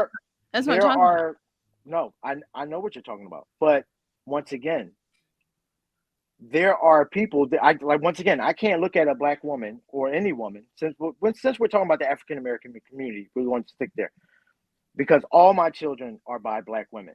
Not one time did I look at my son's mothers and go, they look like they'll be trouble in the later years. I don't think I want to have children with them. People tend not to be who you thought they were. People wear masks every That's why day. you date. and you have to decide, and you have to come to an agreement and make So a what commitment. happens? What happens when you find out who that person is after you've had the child? That's called not choosing properly. How? When you don't know what you got? Then If- maybe you if- shouldn't if- have a if I child showed until you- you know who that person is and who their family is and their background and their what their situation, what their outlook is, like what's going on in their life. Like you have to take in all those factors. You can usually determine these things when you vet there them are a lot. properly. Once again, there are a lot of people who did all of that, and that person played their role. And that's the And it over. wasn't Okay, until- but even if they did, why are they still falling for the okey doke if they know, okay, all my homies have gotten a bad situation from dealing with this group of people. Maybe I should be even more cautious, and maybe I should know even more that I'm going to get a bad rap. Then I should even be on even more of alert. And any sign would, make me want to not pursue a relationship with this person. All I'm saying is you have to take responsibility in who you commit yourself to, and they should choose better. Like, stop being with these bitter women. Then just don't be with them. No one's forcing them to be with them. They can choose Asians, they can choose Hispanics, they can choose any type. And they're bitter women in all those races. But once I again, know, I you don't- understand. So you you have won't to know choose someone is better. bitter until just like after. women You have to don't- choose better. Yeah, you won't know someone's bitter until after, though.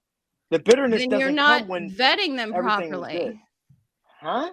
Then you're not vetting someone properly. If you don't know their character or their personality, then you're not, like, I'm not talking about the scenario where you've been married for like 15 years. I'm talking about we've been dating for like a year and a half, kicking it, and somebody got pregnant. That's the scenario that's the overwhelming majority. These people are not running out to get married and then 10 years later finding out, oh, she's bitter. It's, I messed with her and now she's pregnant and now she doesn't want to get rid of the baby. And now Yeah, but that we're in this also situation. that also falls once again. It also falls on the women. You ask why don't men choose better? Why don't So women choose what better? are 'Cause men it takes two to responsible tango. for What are in women terms of responsible for? reproduction? That's We're not just the going to keep going answer. with the loop. Asking a question is an answer. I'm It's- saying, what are men responsible for in reproduction? When it comes, you can't just. That's not a one-sided question because it I know, takes and two to that's why I'm reproduce. asking what men are It takes ultimately two to responsible reproduce. for. It takes two to reproduce. Okay. So And what are men they just- responsible for in that too? Men cannot. No. You ask what are men ultimately responsible for when it Yeah. comes to reproduction. Men cannot ultimately be responsible for anything because it takes two to reproduce. So once they're again, not you're deflecting. responsible for What are their women breeding responsible for? practices at all? What are women responsible for then? That's not what I'm asking you. What men are responsible? If I choose to, I'm not a man, but if you choose to engage in sex that could lead to, reproduce, like if you're doing unprotected, whatever, you're engaging in this, you're not responsible for that behavior. So does Like not you're- that because it takes two to make a baby to reproduce? Does not the woman share the exact same amount of responsibility? That's fine. And so why It has aren't to they be choosing because- better? Therefore, you can't. Men cannot have an ultimate response to reproduction or ultimate.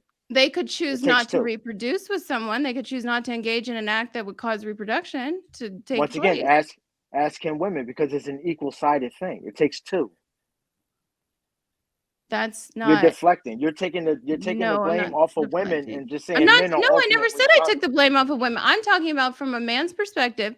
If you know this product is going to be defective, why would you So- keep engaging in purchasing the product or engaging with, interacting with the product or the company or whatever? Like, why would you put yourself in a situation when you know these people are going to be bad? Like, don't do it anymore. Don't engage. That we could have solved this problem in the 90s or in the 80s where it's just, they just stopped messing with them. And then you wouldn't have all these baby mamas who are bitter because they wouldn't get impregnated by at least, Well, bitter baby mama started way back when. You really have to go. It's been bitter baby mama since the dawn of time, since the Egyptians. So it's not just the 80s. We couldn't have just stopped at the 80s. That's been part of human society. But once again, you asked me what is men ultimately responsible for when it comes to reproduction? When it's a shared choosing to have sex. Isn't that one shared. thing that they're responsible for on their side? Okay, so let's say I choose to have sex with a woman, right? Is it now her responsibility for us to use protection? Why would it be her responsibility? Why wouldn't it be her responsibility? I don't think men are breeding animals like you tell them what to do. I think that men should be responsible. If I'm choosing to have sex with a woman, right? We about to get it in. Is it not her? Let's say I'm caught up in the moment. I'm letting the little head think for the big head. Okay. Right? Isn't it her responsibility now to stop me and use protection? I think that men are men, and now they you're are deflecting. responsible Don't for. deflect. No, I think that's childish and irresponsible. You can't just say, "Oh, I'm caught up in the moment." I asked a direct question. No, that means you're irresponsible for not using protection. So that means that the woman shares no responsibility then. I didn't say that. I said she is obviously compliant. I'm saying, but no, she's not responsible for you to put protection on. If you choose to engage so in she's not responsible for me. She's not I think it's even worse because you already know she's going to be a bitter single mom ultimately. So why are you even? She's not responsible. She's not responsible for putting protection on me. But now is she not responsible for putting protection on her? She needs to do that too, yeah. But I'm saying that there was already the assumption that we already at the beginning of this, the premise was these women are not good. They're not capable. They're not capable of being good partners. They're not responsible. That's what I'm saying. We've already established, okay, these women aren't responsible. So if you're telling me that these women are responsible, why would men not choose better and not engage in acts? You're telling me that 4.25 million Black families in the United States, all of which are single mother households, are not good people? No, I'm saying it was the man's fault because the man ultimately didn't. That if the point is to choose better, and women are the reason they're single because of feminism, and it's all the women's fault ultimately that they're single, and it's because of feminism and they're bitter and all these things, and they don't make good partners.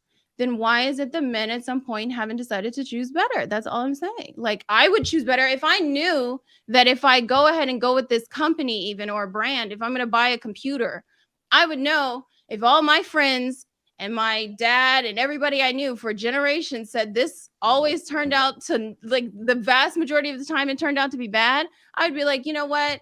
I played myself. I got this computer and it's crashed and it's bad. Like, I just think it's interesting because I think men should definitely choose better. I think everybody should choose better.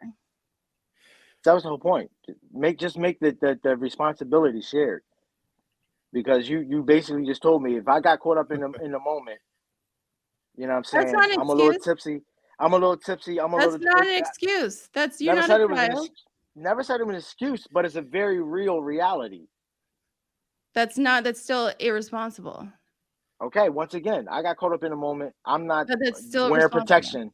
That's still irresponsible. Does not the responsibility now falls to the woman?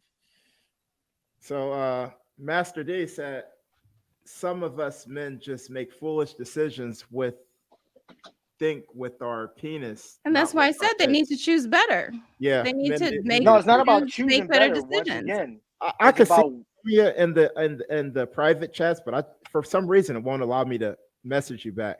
Sorry. I can see Sonia's. I can see her comment. Yeah, I know. Oops. Yeah. Robin Irvine, yeah, but you said Robin says, yeah, but you said they were all planned.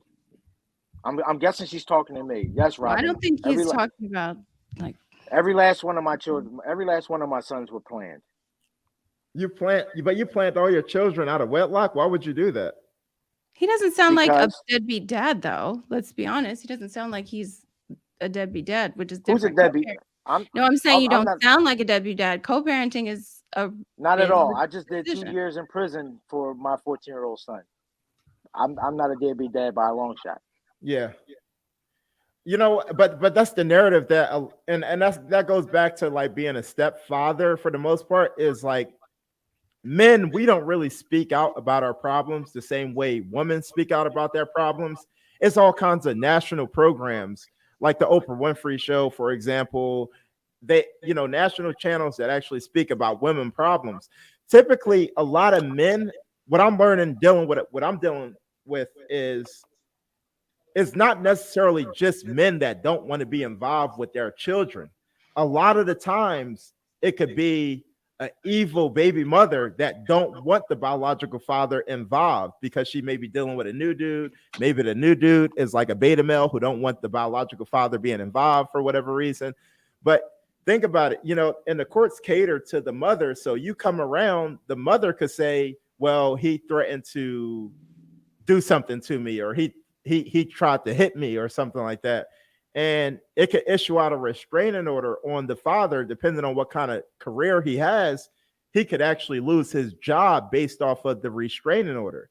So a lot of men sometimes just step back just because they don't want to deal with it. It's not necessarily that the men don't want to be involved in the children's life, but it just looks bad on all men when the mother have the children and she's able to create the narrative about the men. Yeah, just like my my 4-year-old son's mother created the exact same narrative for me. It was always, oh, I never take your son away from you. I know you love your son. I would never do anything. What'd she do? Go to court, got full custody of our child, and moved out to Arizona with her boyfriend.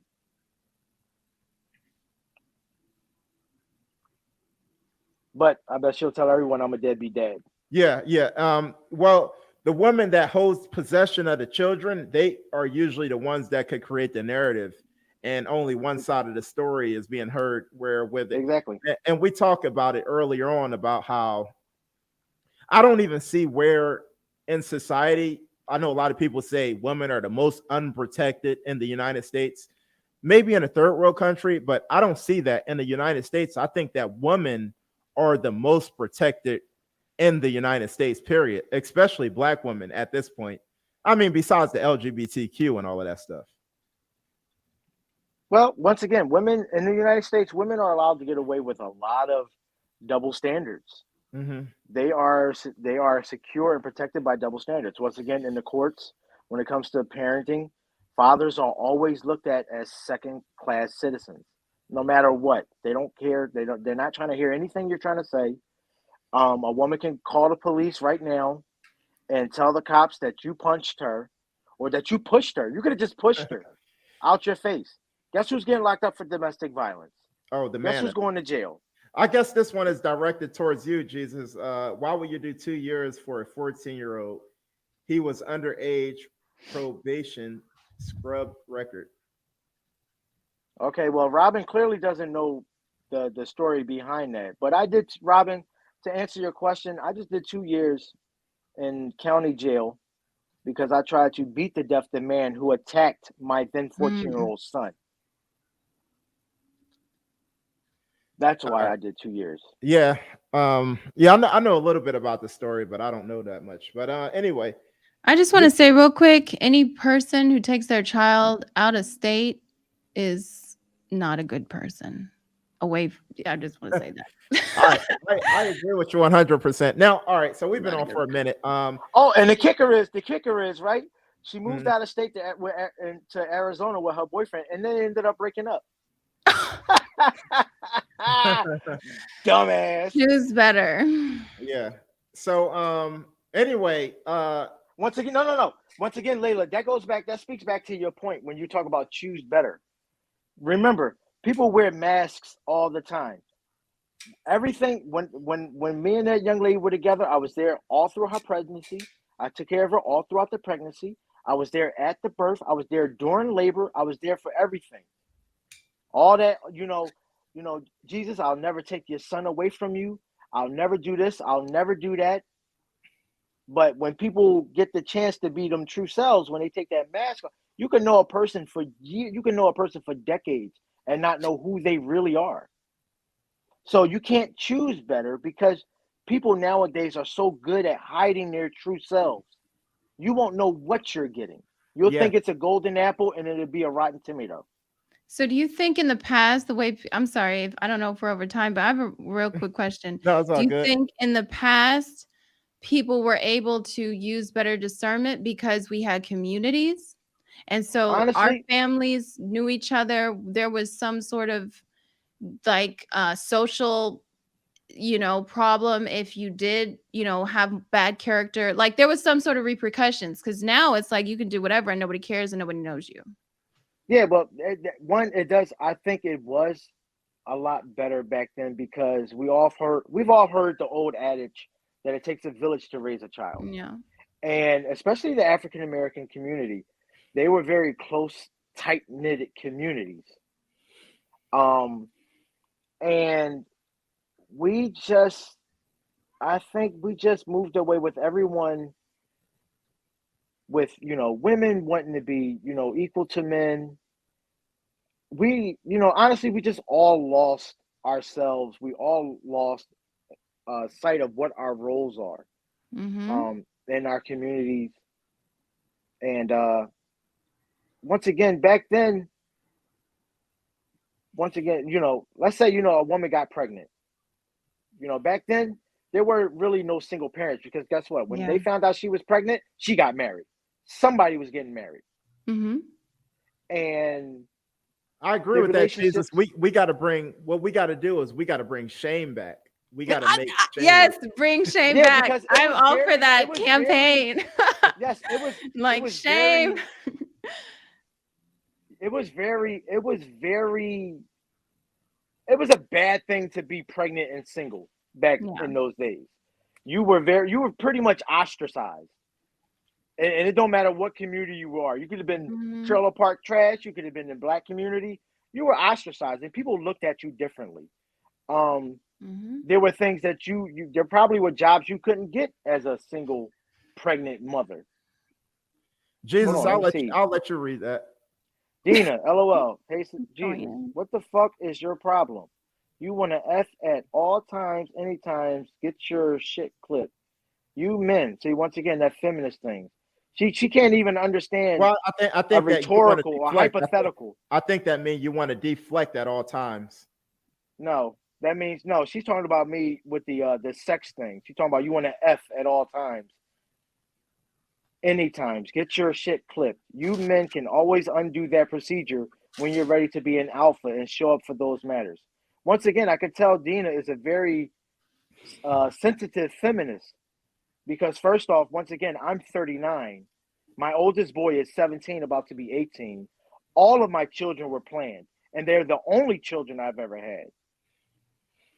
And I'm 39, and I don't want to toot my own horn about how many sexual escapades I've had, but I've been around the block a few times. And every child of mine has been planned. I've never had no unplanned pregnancies. I've never had a woman call me that I've only known for 2 nights and slept with once call me and say, Jesus, I'm pregnant by you. Yeah, shout out to Jesus right there. No Pizza Huts in your phone calling you being like, I have a problem. No, not at all. No. Not at all. Once again, what people don't understand is I don't think she understood the hypothetical situation that me and Layla were talking about, because she must think I'm just running around here like a rabbit humping everything that moves. But I'm very selective with my sexual partners, which is why I've reached almost 40 and I've never had an STD. I've never had an STI, and all my children have been planned. Yeah. Well, anyway, it was spicy. Conversation. Okay. So, Sonia, is there any closing statements you want to give to the dialogue we provided tonight? If Sonia's still there. Oh yeah, I was just typing to you because I have to get back to the kitchen, unfortunately. Yeah. Because I'm gonna wrap it up shortly. I wrap it up all the time.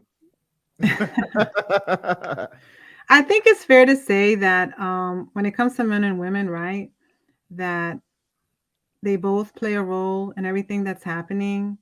And when women are bitter, right, it doesn't necessarily mean the man was a prize, and vice versa. So you just can't put the blame in one place. Okay. But society for sure is encouraging a certain type of behavior, and making women think that they don't need men. And I remember, and I'll leave you with this, I wish I could find it. It was a meme, and it showed a mother and son saying, you don't need a man. And then the next picture was, it says, you don't need a man, or you don't need to be with a man, or all these different levels. And at the end of it, the boy wants to be a girl. All right. Sonia, do you know how to link? Can you link your YouTube channel in the chat box for everybody if they want to follow you? You have to make me a moderator. Okay, I need to. I got. Yeah, because the link it won't accept the links, if I recall. All right. Okay, cool. But thank you. But how can we find you if we want to follow you for more content from you? Me? Yes. Oh yeah. Well, right there, the name that you see in the chat, that's my channel. Yeah, Sonia Sonia Scrapbook. She actually has a YouTube channel, Sonia Scrapbook. All right. Jesus, anything you want to say? Closing statements. I just said it. So it's basically, once again, we as a whole, we as a people have forgotten our roles, both men and women. The responsibility, the blame, all has to be shared. Yeah. You know, men need to do better. Women need to do better. But women cannot expect traditional values from men when they themselves are not traditional women. That's the whole premise. That is what we're missing in our community. That's what our families, that's why our families are suffering. Once again, the numbers is what? 4.25 million single Black mother homes in the United States. And those numbers were from 2020. Okay, cool. And we got Layla. Actually, I was gonna play a little bit of something from your Instagram. Oh, ooh. I don't know what it's gonna be. It's just random. Ooh, I hope I'm not.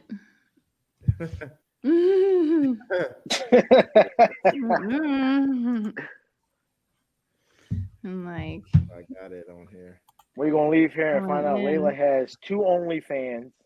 no, you're not. and an ex-hamster. Random. We look at eliciting congruent attitudes. This focuses on creating consistency in thoughts and actions for a target person or target population. Actions can influence your thoughts, perceptions, attitudes, and many other cognitive mechanisms. When you display a particular behavior, you're more likely to develop an attitude that's congruent to that behavior. The term congruent essentially means consistent. A common technique to elicit congruent attitudes and behaviors, essentially get someone to comply with a request, is called the lowball technique. In this procedure, you use a small request to secure compliance for a separate, larger request. People have a very strong psychological. Okay. The lowball. Anyway. Lowball. Anyway, I don't know if that was a good one or not to play. No, I think that was like in a series. Like you'd have to. Yeah, I just picked a random video that you Yeah. had. No, but yeah, Anyway, it's where interesting can to people see how find people you? respond. Yeah, it's Propaganda Fluent, and then you can find me on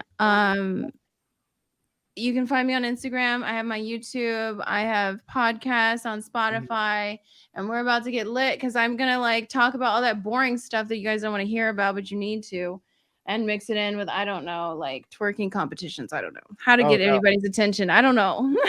I'll listen to all that boring content just for the twerking competition. That's the problem. And hopefully it will just put like that at the end. Put it at the end. I So that know. way you And then all of a get sudden people. it's like jeep, jeep, jeep, jeep. That Luke, that Uncle Luke, come on. I'm trying to see something. Yeah. Yeah. Might be working on my 4th child. Sonia, who just left us, asked Lola if the video of what's happening in Seattle ever been seen in Southern California. Yeah, I'm sure. There's hoes everywhere. Seattle is just a whole mess. Yeah. That is a good one. I might put that as a signature somewhere. Yeah. There's hoes everywhere. Yeah. I like you, Layla. You're really humble about like hiding your beauty. You're like in a dark shadow, but you look No, so that's much because better my than what lighting, most I'm trying to get people my lighting together. I'm not a pro like you, Savage God. I'm trying. And anyway, I need to get, I have like 3 ring lights. I'm like, what's going on? Yeah, yeah. It's definitely dope that you decided to join me or whatever the case Yes, may I be. appreciate it. I'm like, I'm gonna get my calendar together. I've been trying to get this calendar together, but they did this thing where I signed up and then like, oh, it's a temporary thing, and then without me knowing.